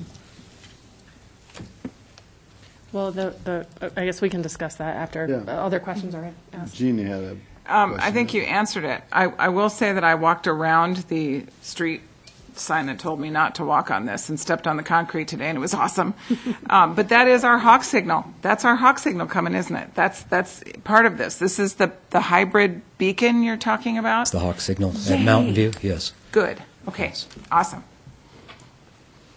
That is in the base bid. So the sidewalks, curb bulbs, all those things are all in the lighting, are all in the base bid award. Okay. Awesome. I move to accept the low bid from McCall's Classic Construction. Was there another? I'm sorry, was there another? Second. Award for the base bid only in the amount of $388,813.13. And authorize staff approval for construction change orders in the amount not to exceed 10% of the contract amount. Thank you, Art. You good with that? Yeah, all three of those. Second. Okay, Catherine made a motion, Gina made a second to accept the low bid from McCall's Classic Construction, awarded a contract for the base only in the amount of $388,813.13, and to authorize staff approval for construction change order in the amount not to exceed 10% of that contract amount. I'll start with Brandy. Well, so I wanted to this is when I just wanted to discuss consideration of the Monroe crosswalk. I don't know the criteria to determine. I understand this is our chance to decide. The multimodal bridge isn't going in right now, so we relook at what's needed and what's not needed. It makes total sense to me, the Roosevelt one without the bridge. I wouldn't see any need for that. I've heard from many people that they think the Monroe one is needed now in the current state of affairs. What's your opinion on that? And how do we determine if maybe even without the bridge right now, that crosswalk should be installed? Well, I think there's certainly a matter of perspective. Part of, I think we need to keep in mind was all the improvements in the corridor were predicated upon the multimodal bridge going in and were intended, at least as we began the discussion, to address the anticipated changes in traffic patterns that would come with that multimodal bridge. Without that bridge, we're not going to see necessarily those kind of revisions in traffic patterns. Obviously, we'll have typical growth that we see on an annual basis. There's, I guess, perspective as to whether or not the existing crossings at Monroe or any of the other streets along the corridor are deemed safe or in need of some kind of enhancements. And essentially, I guess from a staff perspective, as we've looked at it, we haven't seen anything there to really indicate that there's an issue that needs to be addressed today. And I know others will disagree with that perspective. But that is, we just have not seen things come forward to us to say we're seeing recurring issues or we're seeing any kind of history of events, fortunately. But there just doesn't seem to be things there that would support implementing a raised crossing at that particular location at this time under existing conditions. Now, I can make the argument at the high school because it is a daily occurrence that we see large volumes of pedestrians in a highly congested area where we have recorded speed issues that we took last fall where people are well exceeding, at the 85th percentile, well exceeding the posted speed limits, whether it's 25 or 15 in the school zone. They're up there in the 30 range. So I think we can very easily point to the data that says, yes, that situation warrants some kind of enhanced crossing facility and speed reduction facility. I don't see that at Monroe and certainly not at Cleveland. And so that's why, at this point, I think the staff perspective has been that, we don't see it supported as the system exists today. Once the multimodal bridge goes in and we start seeing those changes in traffic patterns and more increased volume and all of those issues, I think then there's a better argument for it. So do you have data for that Monroe one with the speeds? We have, we took speeds on the corridor last fall. The center section of the corridor, which was a 30-mile-an-hour speed limit, the 85th percentile speeds that we recorded were right at 30, 31. So we weren't seeing a speeding issue there. The only problem was at the high school itself. And the speed limit's going down there now, too. That's the other issue. Would there be a plan when the speed limit goes down to then measure again what happens and how compliant people are, and then if it is an issue? We can bring it back and discuss it further. I mean, part of the directive, I think it came from Councilmember Boland of the council, was that when we implement, we go out and monitor and measure all the various components, parking, pedestrians, bicycles, speeds, volumes, all of those things. And so I think it would be part of that process that we'd look at it. There's a good point made that with the reduction in speed limit to 25 and the fact that the lanes will effectively go from 15 feet wide now that we have today to 11 feet with vertical elements on both sides, that in itself is also a traffic calming feature. So we're going to have the benefit of that as well, which will help that location and all the other locations in that section of the roadway. Well, I feel good knowing that if there's a plan to, once those changes are put into place, that for sure we will get some data of what compliance is and if there are any safety concerns, and that we can revisit that if it turns out to not have accomplished what we hope to. Right. Well, and I think part of it is we've always had the perspective that this is what we believe will help the corridor function in a way that will meet the needs, all the different demands on the corridor, because there's a wide range of demands on the corridor. But we also recognize the fact that this isn't the final answer.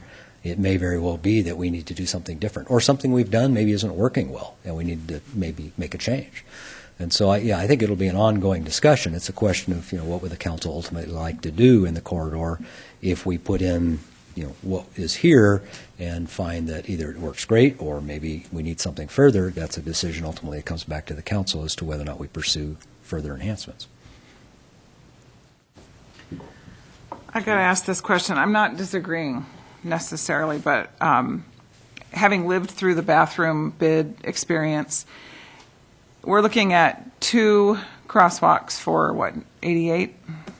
92. 92. Are we going to come back? We're going to build one for 46 or something now, and then we'll come back and have another one for 92,000? Is it going to be that much more expensive when we? Yeah, it's hard to predict the future, but I also am hearing the worldwide cement shortage and everything else. Sure. I think a lot. It depends on a lot of factors. If we see a slowdown in the pace of construction, all right. Yeah. If we see that, and when you start looking at economic indicators and rising interest rates, those type of things can happen. Can it have an effect? Maybe. Maybe not. Yeah, it is hard to predict. It truly is. And, I can tell you that the pricing that is here is interesting, and we're continuing our conversations with the contractor about, why are we seeing some of these numbers as high as they are. And so we'll try to delve a little further into that as we can, and maybe we'll be able to help answer those questions a little better in the future.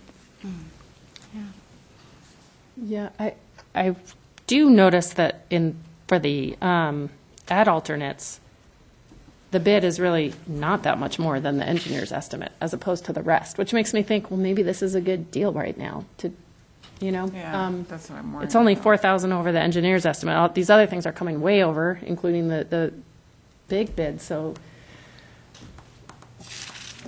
do we just do it now? Jim? I think it's important to note that most of these improvements are being paid for with a grant. Mm-hmm. And anything we go beyond what we're doing here is paid for with city funds, with taxpayer money from people that live in Moscow. So I'm reluctant to spend money on something we haven't identified a real need for. If there was a huge accident history at Monroe or something like that, or some sort of data that made it look dangerous and we needed to do something about it to change that factor, then I'd be in favor of it. But since we don't have those kinds of things, I'm reluctant to spend money on something that we don't know that we need at this point. That makes sense. But you remember we had all those people, we had a huge subcommittee with citizens that identified what they wanted, how they wanted it, based on articles and information. So what's being requested is what was put together, like Les was saying, originally when we were doing the multimodal. Exactly. But we're still moving in that direction. All that was done with the idea that the multimodal bridge was going to happen, and that there would be changes in traffic patterns that would occur as a result of larger vehicular traffic down the street. And since that's not happening, then maybe some of these things could be adjusted. I think a lot of the public input on what was needed if there was a huge increase in vehicular traffic had to do with those intersections. And if we don't have that, we don't necessarily need them. And some of the other things like the 25-mile-an-hour speed limit and these other traffic calming things may solve the problem in the interim. And so we don't really need to spend the money on it. That's my take on it. Yeah. I see that. I think it could turn into a bathroom situation, though, where then a couple of years down the road, and now we're dealing with a much different number, and we think it could be half price, too. We could have an economic collapse, and you could be able to do it for 50 cents on the dollar. And we saw that in 2008. So we just don't know. Well, okay, are we going to continue talking about this? I would like to stop. I think, We should vote on what we got you on guys the ready to table. vote? Yeah, we'll start with you, Brandy. Well, I would like to amend the motion, or do I have to vote on this motion first?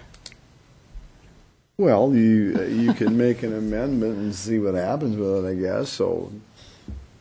Yes, it's still under discussion, so Okay. if you wish to amend it, you certainly can put that motion forward.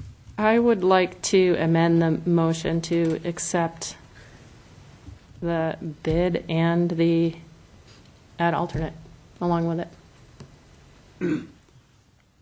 Full vote. For both raised crosswalks? That's where I'm stuck. I think, yeah, I would. Maybe I can assist you Yes. a little bit to help you craft it slightly. But if you're thinking about just one of the crosswalks, Yep. what you could do is modify it to say the base bid with direction to staff to negotiate a change order with the contractor to install the Monroe Bridge or the Monroe Crossing, with that coming back to council for future approval because it would exceed the 10%. Right. Is that what you wanted, or did you want both? that what you had in mind? I think that really is what I want, my reasoning for that, unless do we need to wait for a second before I explain that? Yes, you do. Okay. Well, dice for lack of a second, kids. Okay. So. Here we have it. So, we've got here is what the motion was. The motion was to accept the low bid from McCall's Classic Construction, award the contract base bid only in the amount of $388,813.13, and authorize staff approval for construction change order in the amount not to exceed 10%. I'll start the roll with Brandy. Aye. Aye. Aye. Aye. Aye. Aye. Okay, thank you, Les. Now we Thank will you, move- Les. We will move on to item number 10, which is the discussion regarding educational institutions in the Central Business District. Bill Belknap, you have the podium, sir.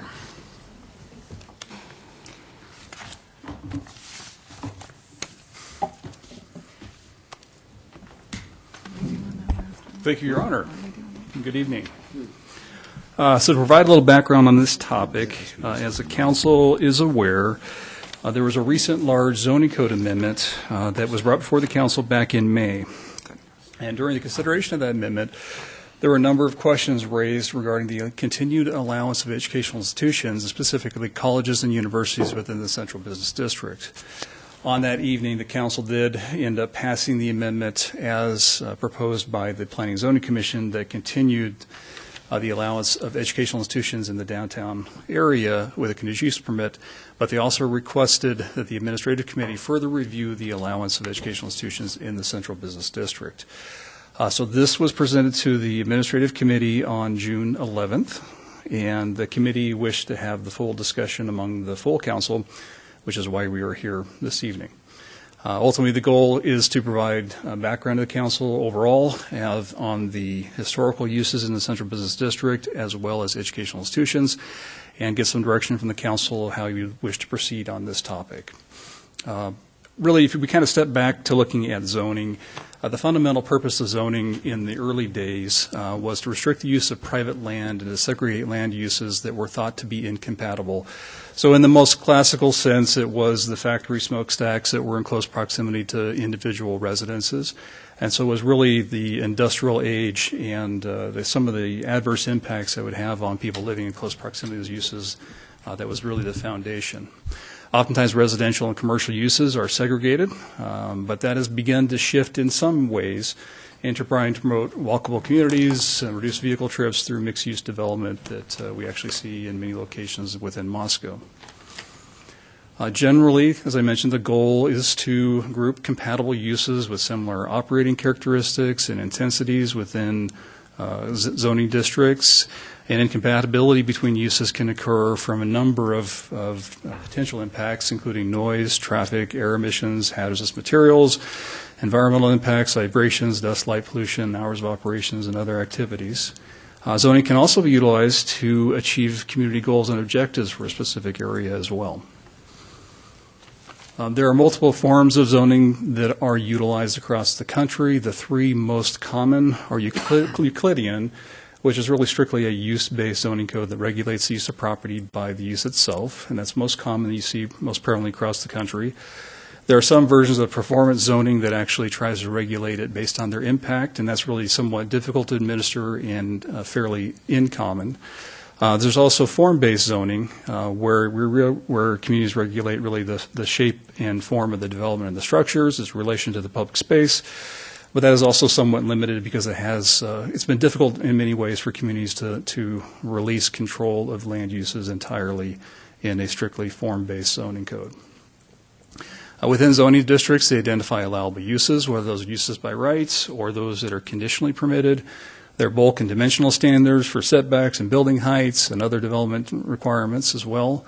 And the city of Moscow has largely a Euclidean zoning district where we have some form-based locations or factors in certain districts like the urban mixed commercial zoning district and the overlay zone.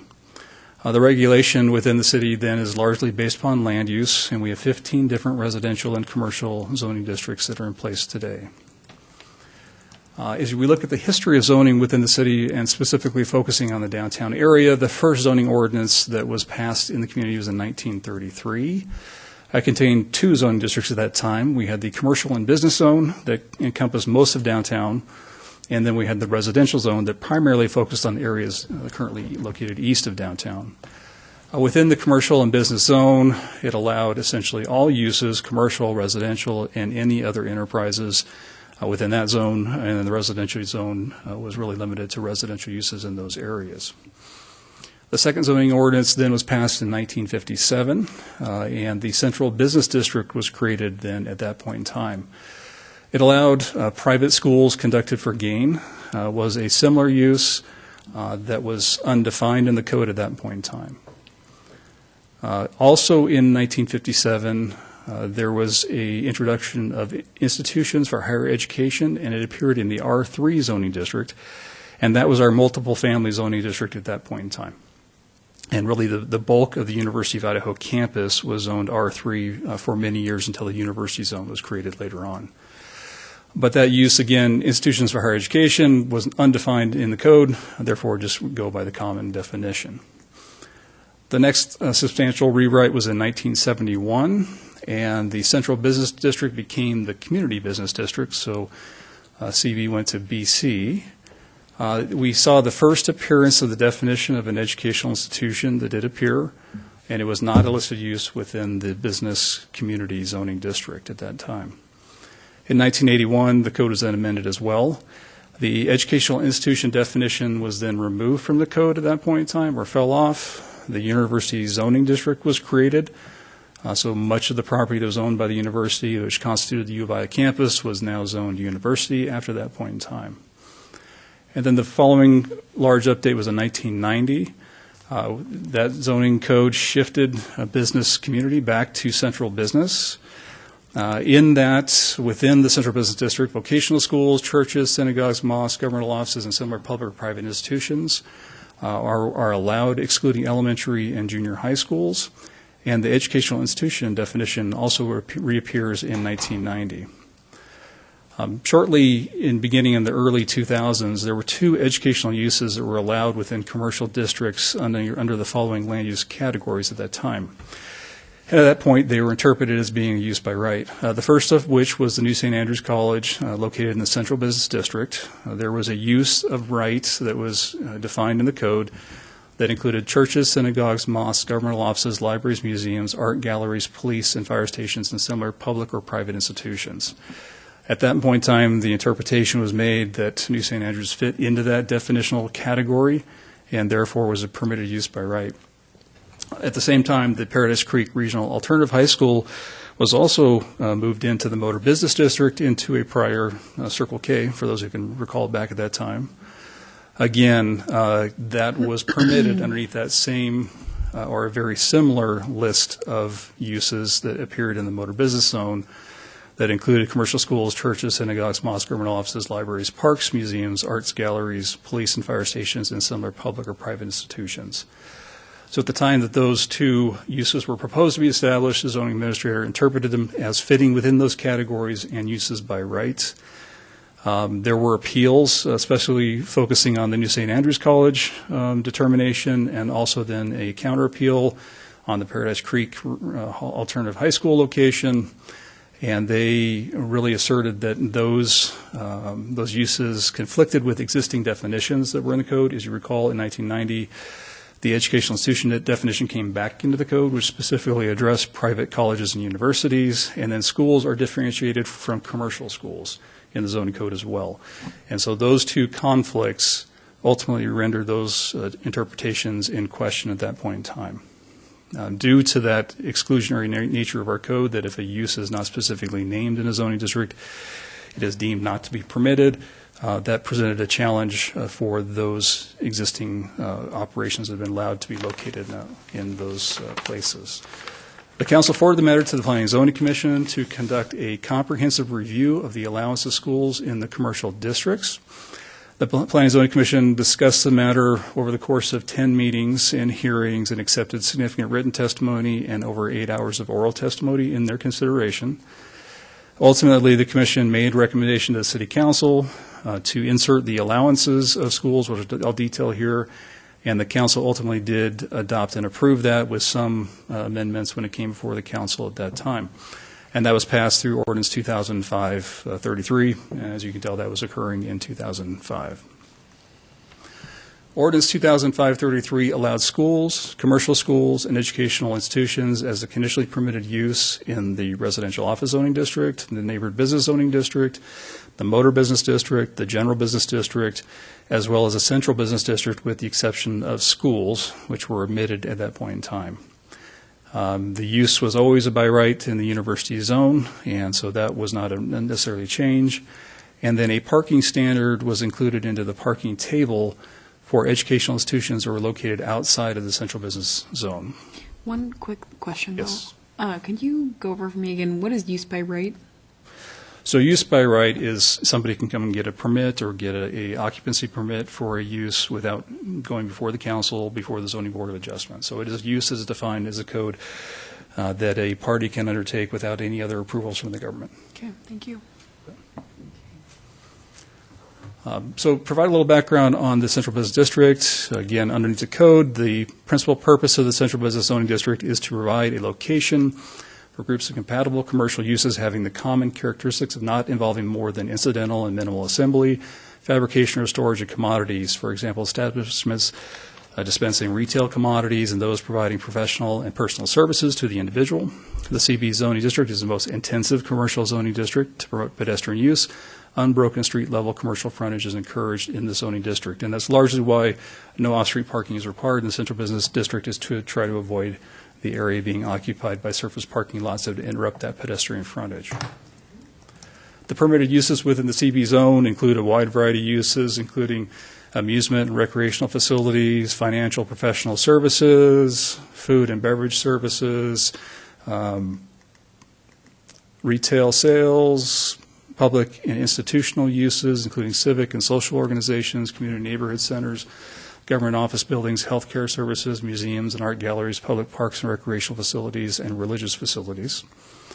And vehicles and those related vehicles and equipment include electronics repair, parking lots and garages, personal and household goods repair.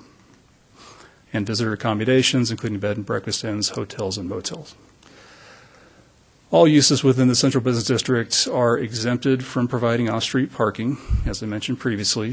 One of the concerns that has been expressed when educational institutions have been proposed downtown has been the potential impact upon public parking.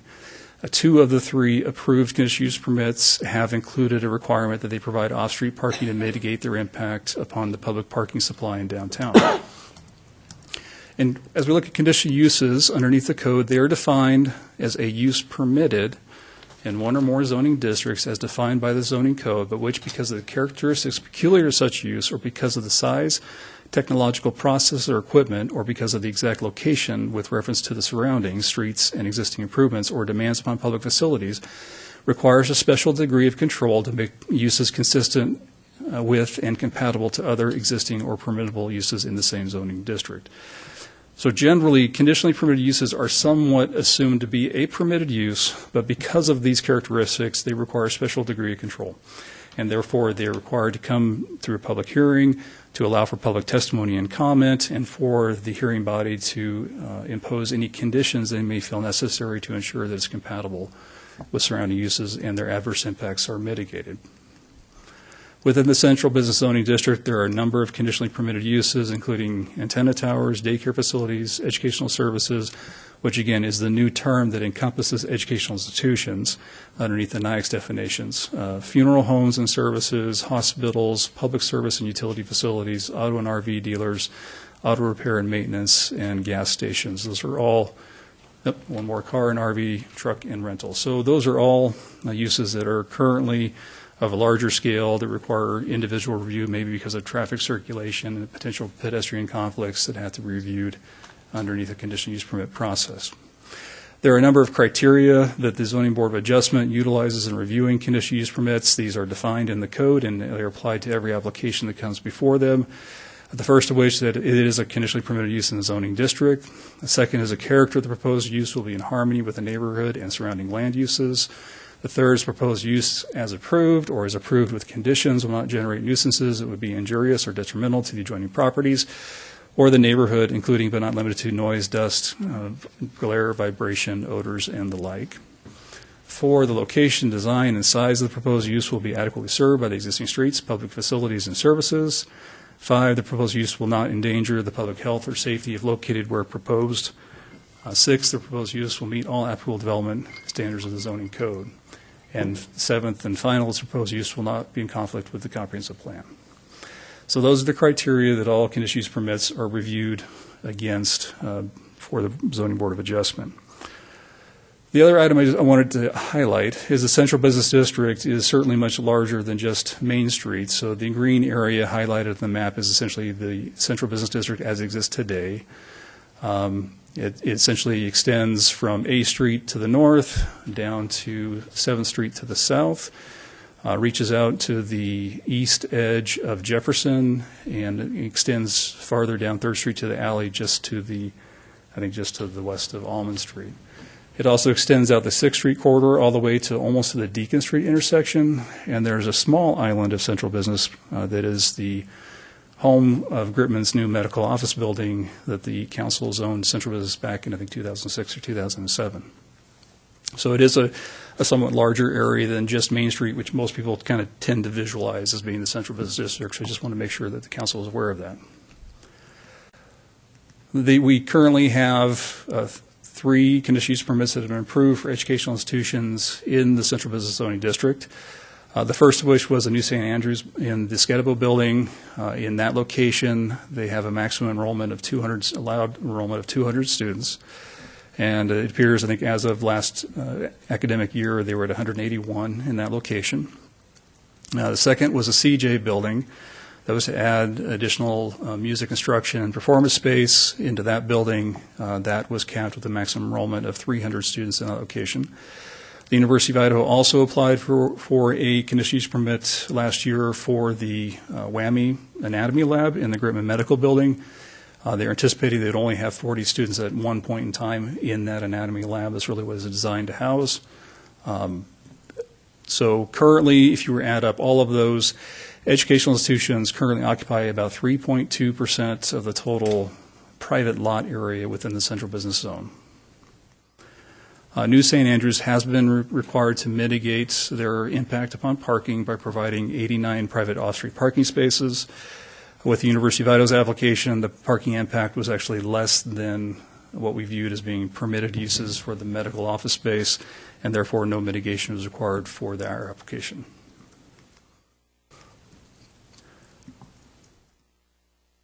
We have approved 2 new CUPs for education institutions in the last 12 months, which certainly has brought more attention to this matter.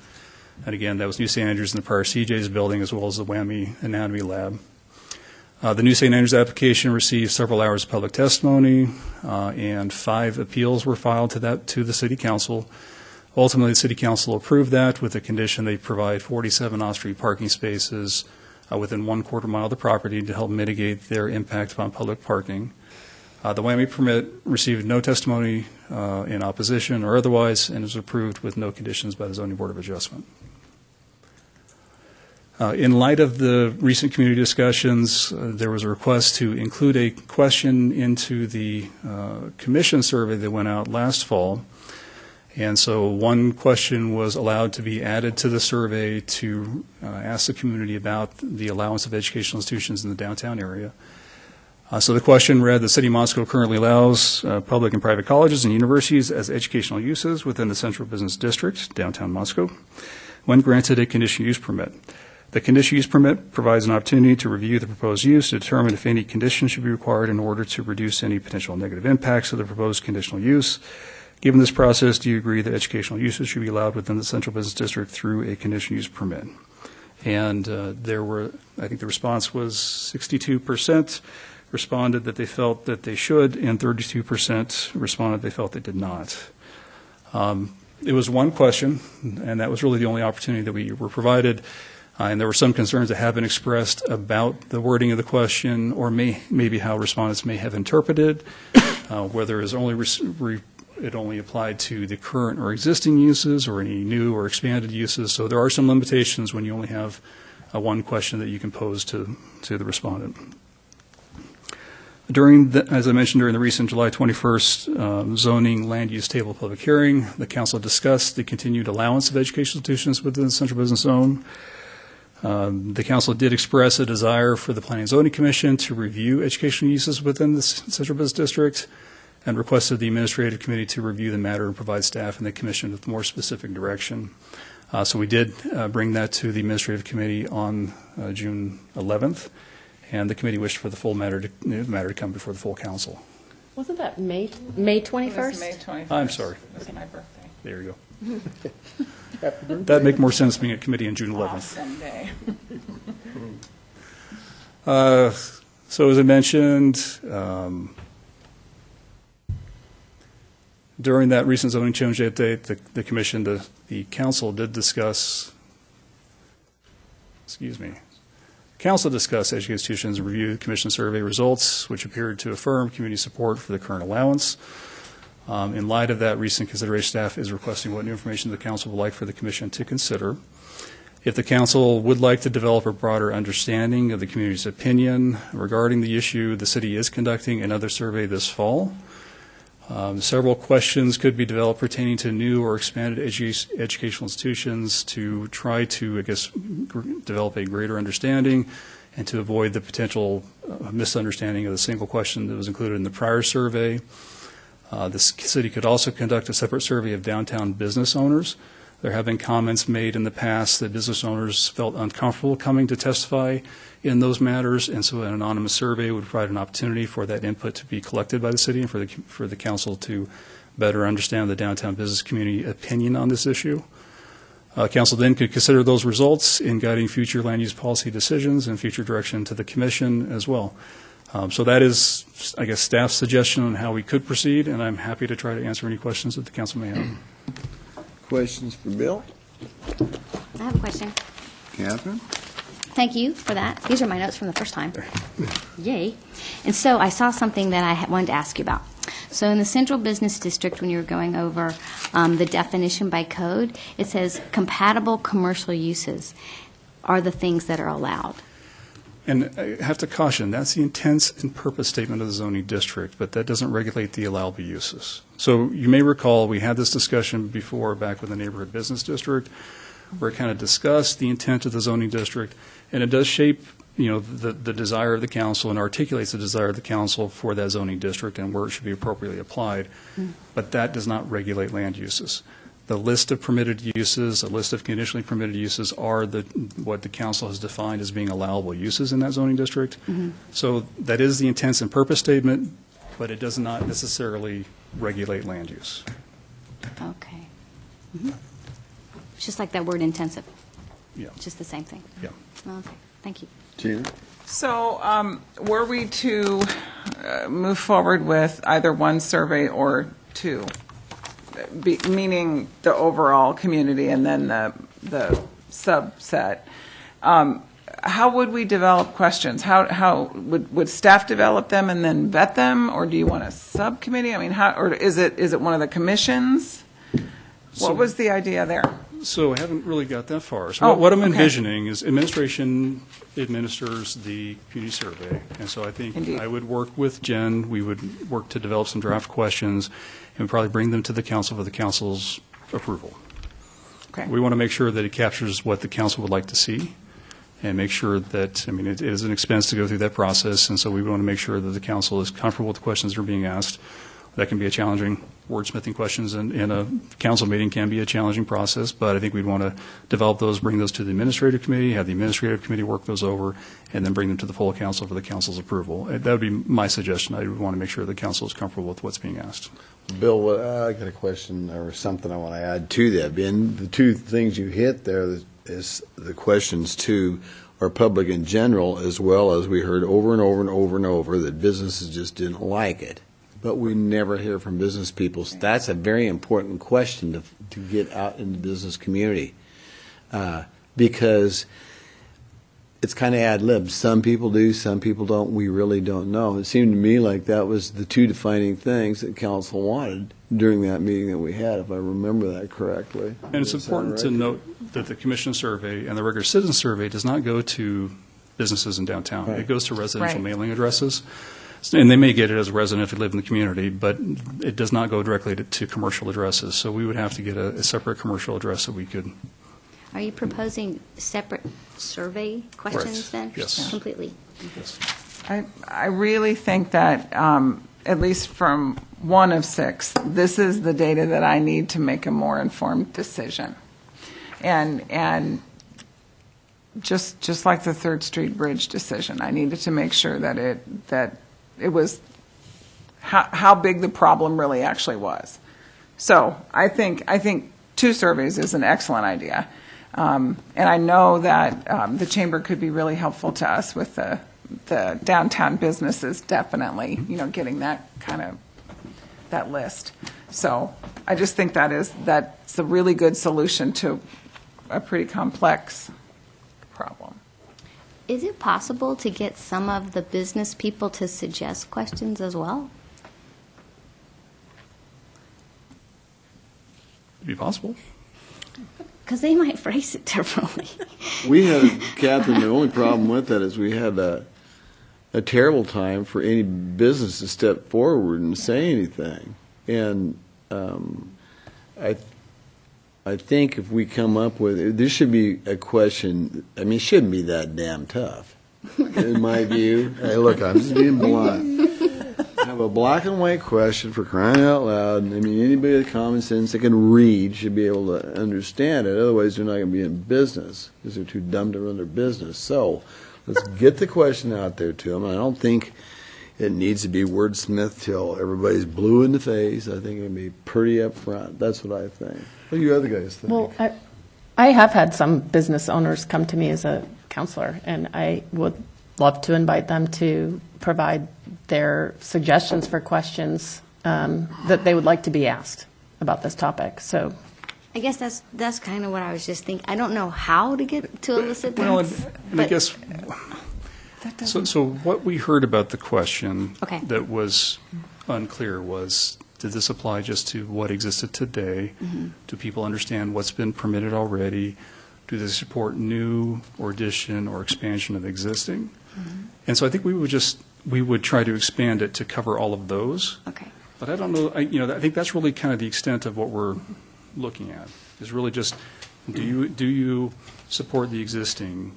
Would you support the expansion? Would you support, any new to be coming in? I think it's really, at least that's what I understood to be the concerns with the wording of the question, or how people may have been interpreting the question, is that it may be okay what currently exists today, but maybe they don't know what's already been approved, or maybe they were not saying they approve new or expanding educational institutions in downtown business. Maybe they're just comfortable with what existed today. So I think we would break that apart into multiple questions to make sure that we're asking all of those facets. But that'd be the primary goal of what we'd be doing. Oh, okay. I appreciate that. Ian? Oh, yeah, I'm just wondering, I'm wondering if there could be something similar to the way that people gave feedback to the subcommittee, the transportation subcommittee, where there was an open-ended component to that, too. And there's an open-ended questions on all of the citizen surveys, and we can Yeah. have an open one on this as well. So maybe it's not asked, but you could certainly include it. It makes it somewhat tough you have to kind of try to categorize it, to Yeah. digest it, because it doesn't fit in the neat chart and percentages, but we always leave an open-ended opportunity for any comments they'd like to provide. Right. When would you like to get this done? Well, the whole thing, to me, seems to be like we got to be looking for questions that identify a problem.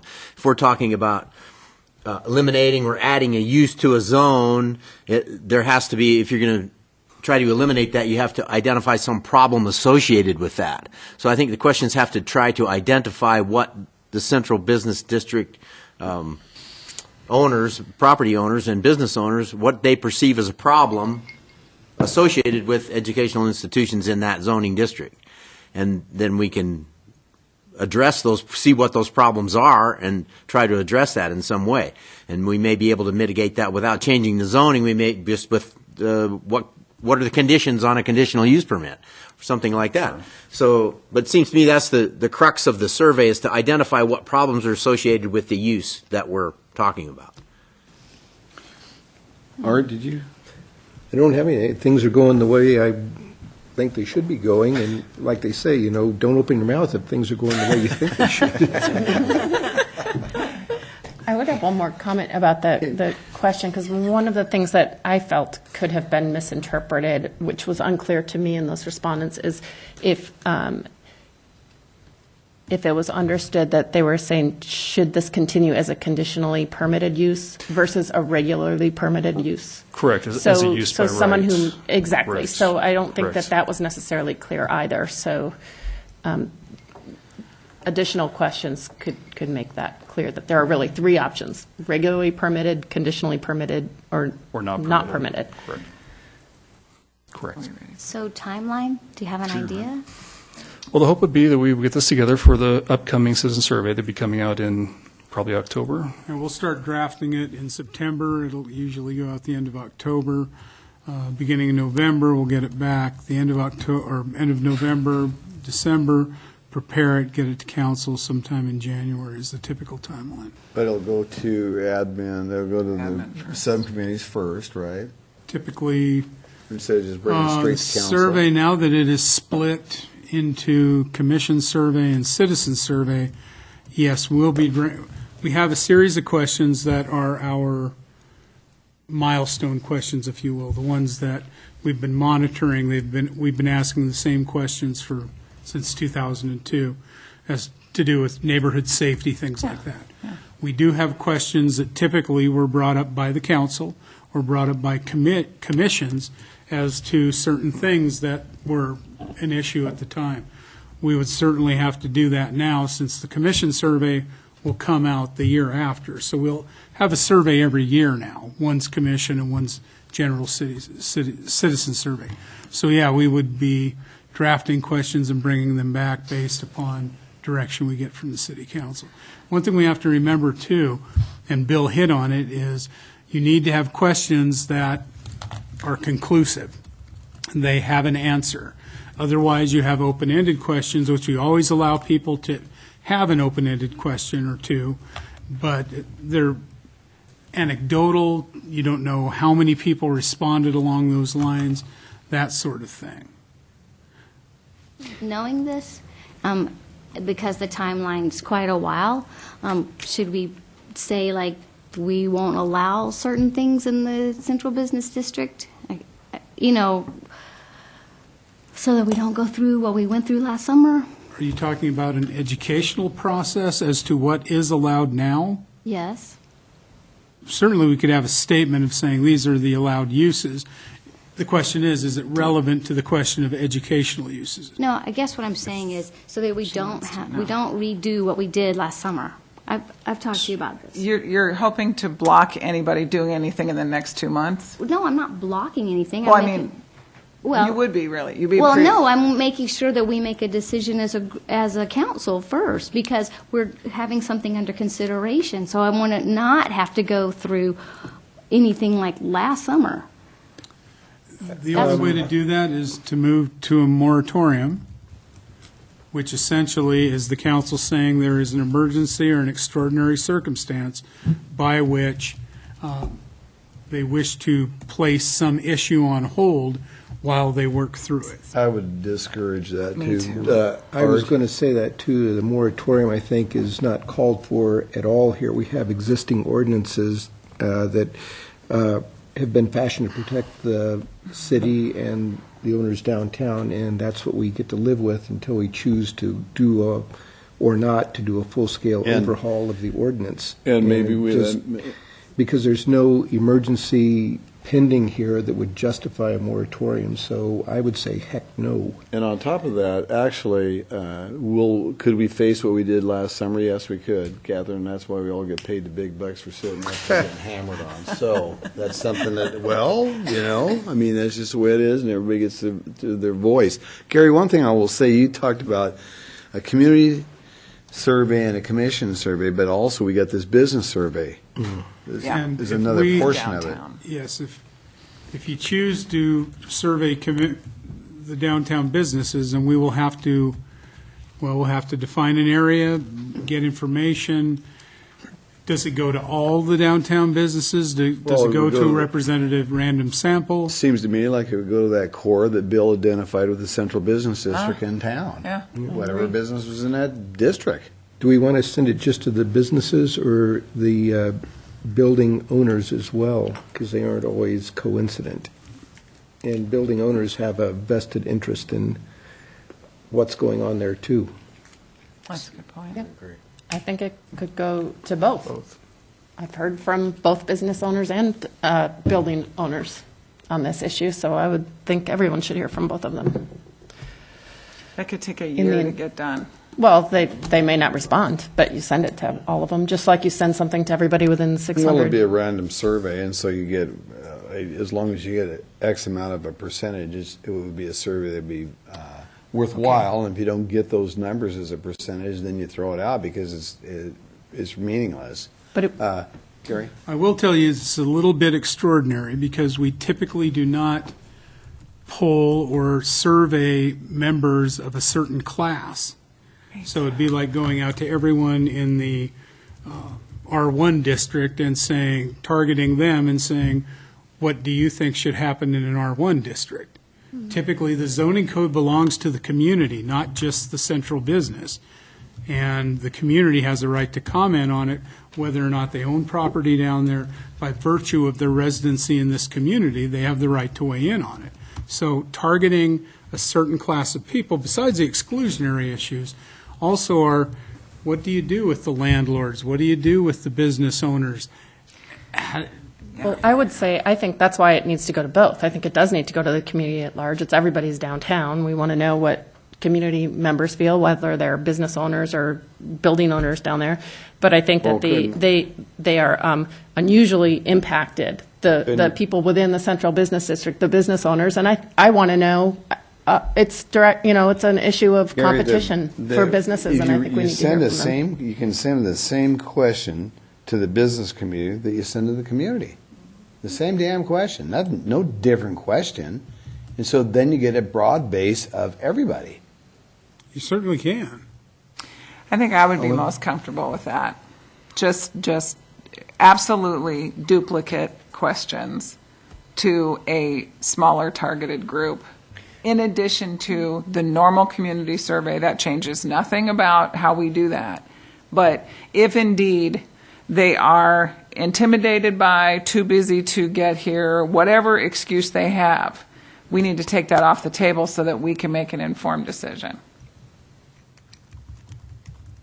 So I'm doing it, kids. I'm going to say we receive the report and instruct staff, please, how's that? I really am trying to be nice, that we get some questions, and I don't know how many,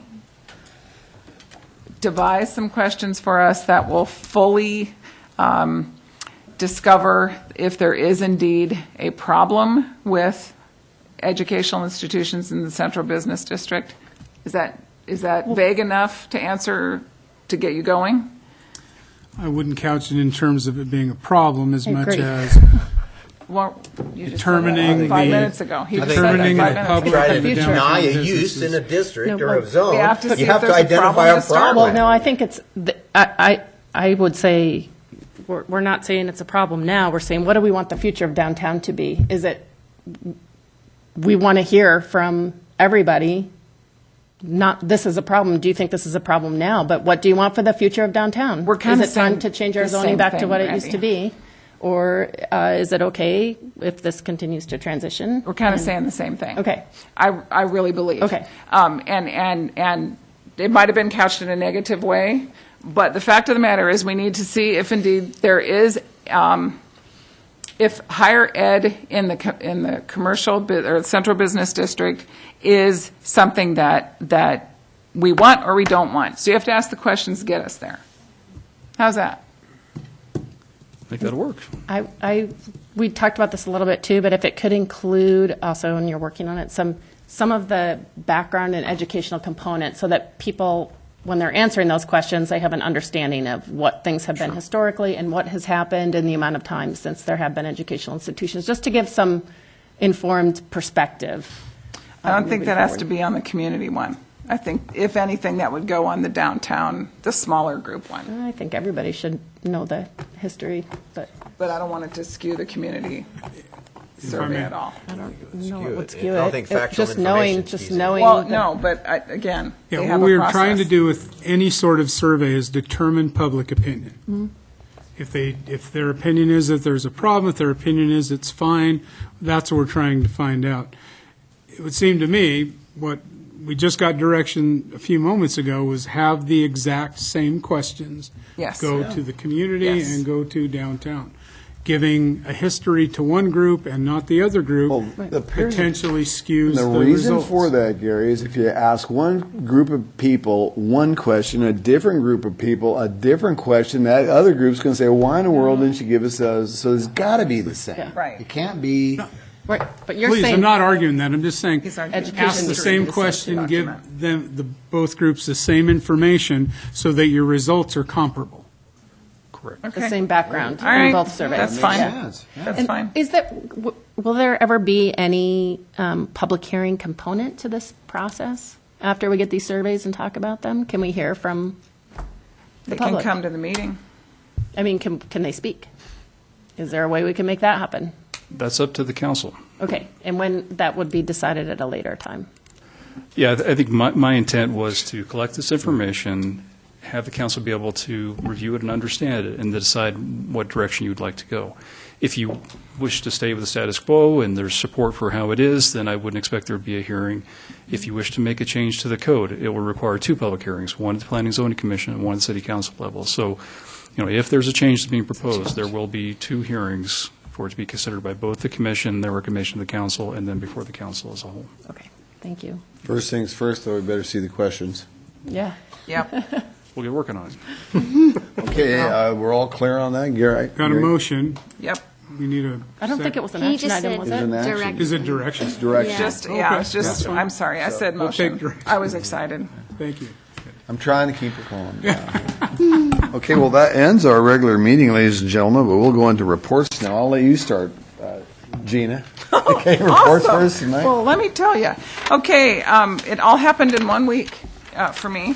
I went to the Tree Commission, and we attended our regular meeting. We're working on our questions for the commission survey. We're working on tree seedlings. We're trying to look at downtown trees. It's just a great.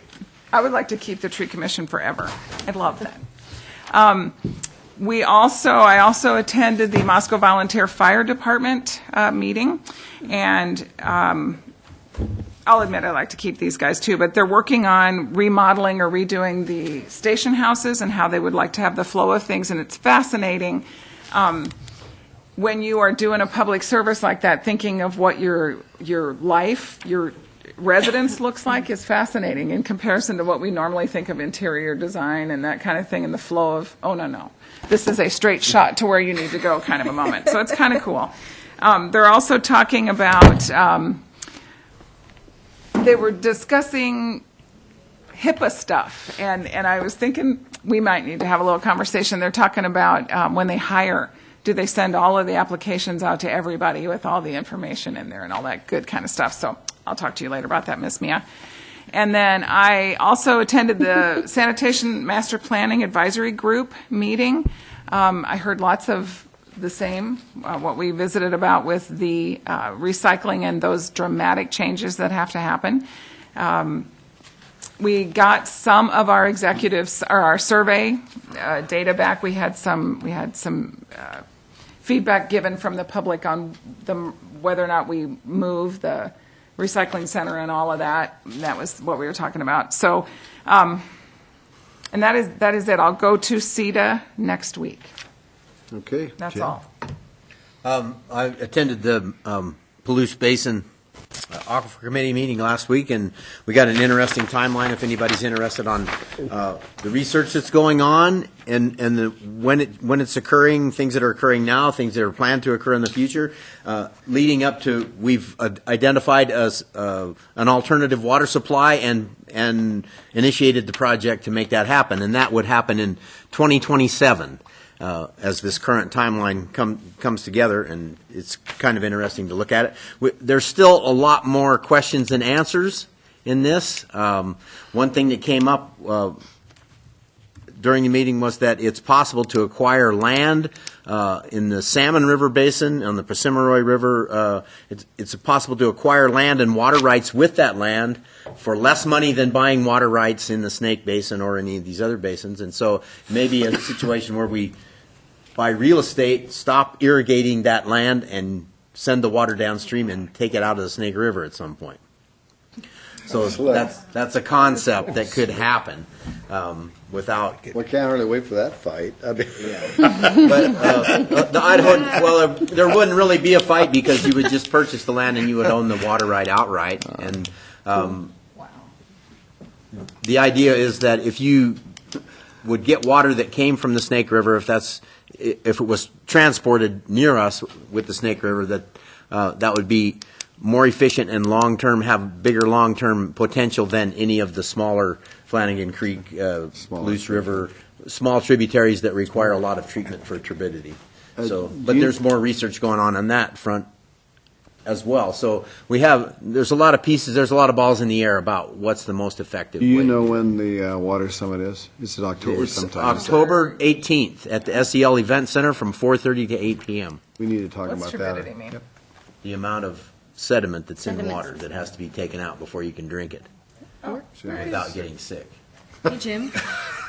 Where could we find that timeline? Could we contact you? It'll be on the PBAC website. Perfect. Or you can have this one.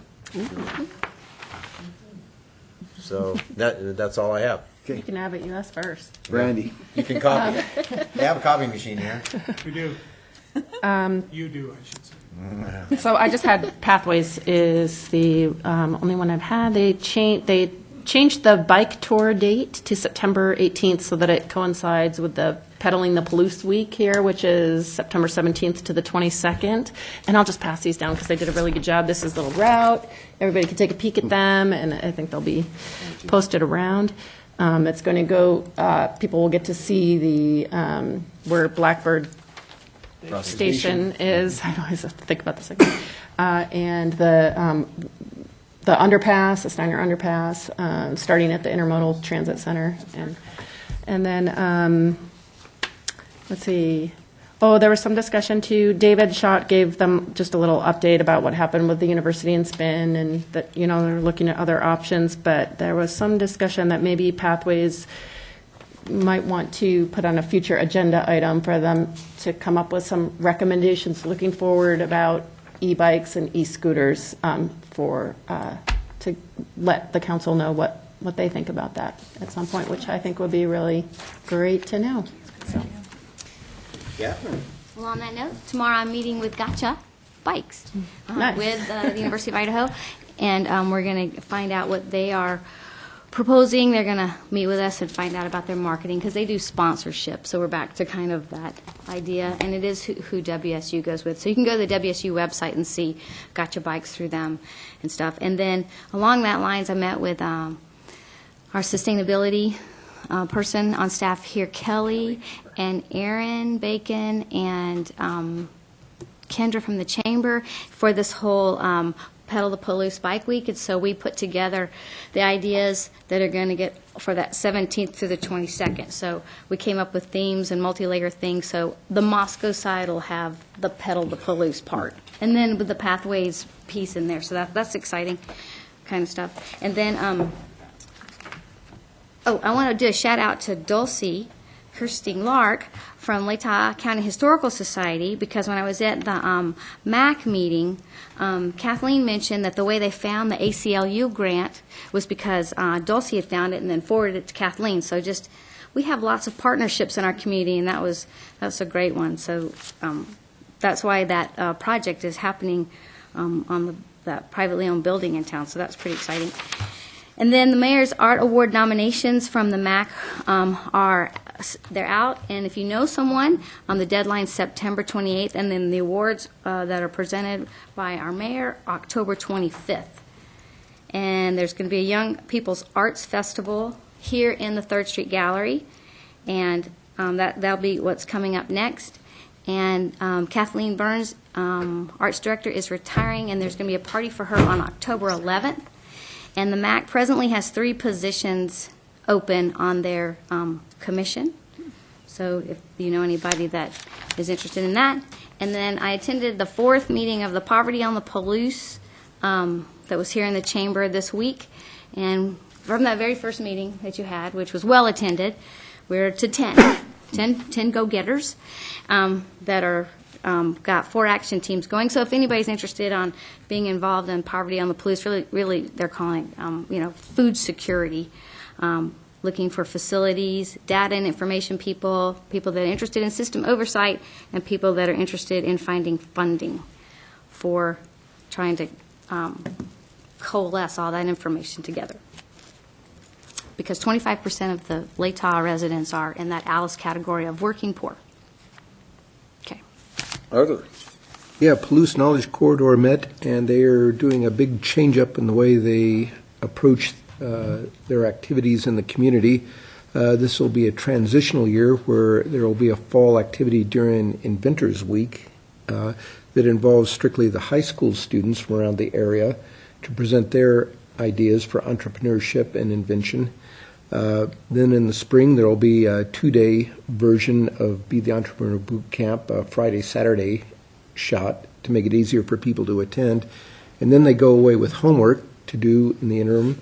And then in June, come back for sort of the advanced boot camp situation to bring back the ideas they brought with them. So this is kind of a switch from the traditional way PKC's been running things, and to try a little more outreach, a little more broad-based approach to bringing people into the entrepreneurial fold.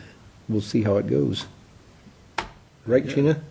Right, Art. Okay. I ended up this evening having a beer with a bunch of folks who went to Cascadia Grains East today, which was the conference of growers, brewers, chefs, and everyone said that it went really well. I guess there was pretty good turnout. I think they sold out, and it looks like it's something they're planning to do again in the future, so that was really great to hear about. And that's it for me. Very good. August the 7th, we had National Night Out here in town. That was very nice, between Main Street and 6th Street. I don't know how many folks were out for that, but that's our local law enforcement, Lake Tahoe County Sheriff's Department, as well as ISP, as well as our firefighters and EMTs. So it was a very nice evening that night, talking to all of our men and women that do that. August the 10th was our mayor's golf tournament, which was terrific. We had 100 participants, and hopefully the next council meeting we'll have a amount that we can give to Family Promises of the Palouse. That was a very fun event that day, and it was our Other biggest. than the surface of the sun, though. It was a hot day, and but we raised some good money for Family Promises of the Palouse, so that'll be a lot of fun. It was a good time. August the 13th, we had a new Moscow Volunteer Fire Department residents. There were 11 of them at Station 2. I got a chance to speak, as well as Gary, our Chief of Police, welcoming these new 11 young men and women into our community and stuff. So that's always a kind of a fun thing to do, and tell them about the significance and the rich history that our volunteer fire department has, and those folks carrying it forward, and how significant it is to our community as well as for them for future resume things as they go through their careers.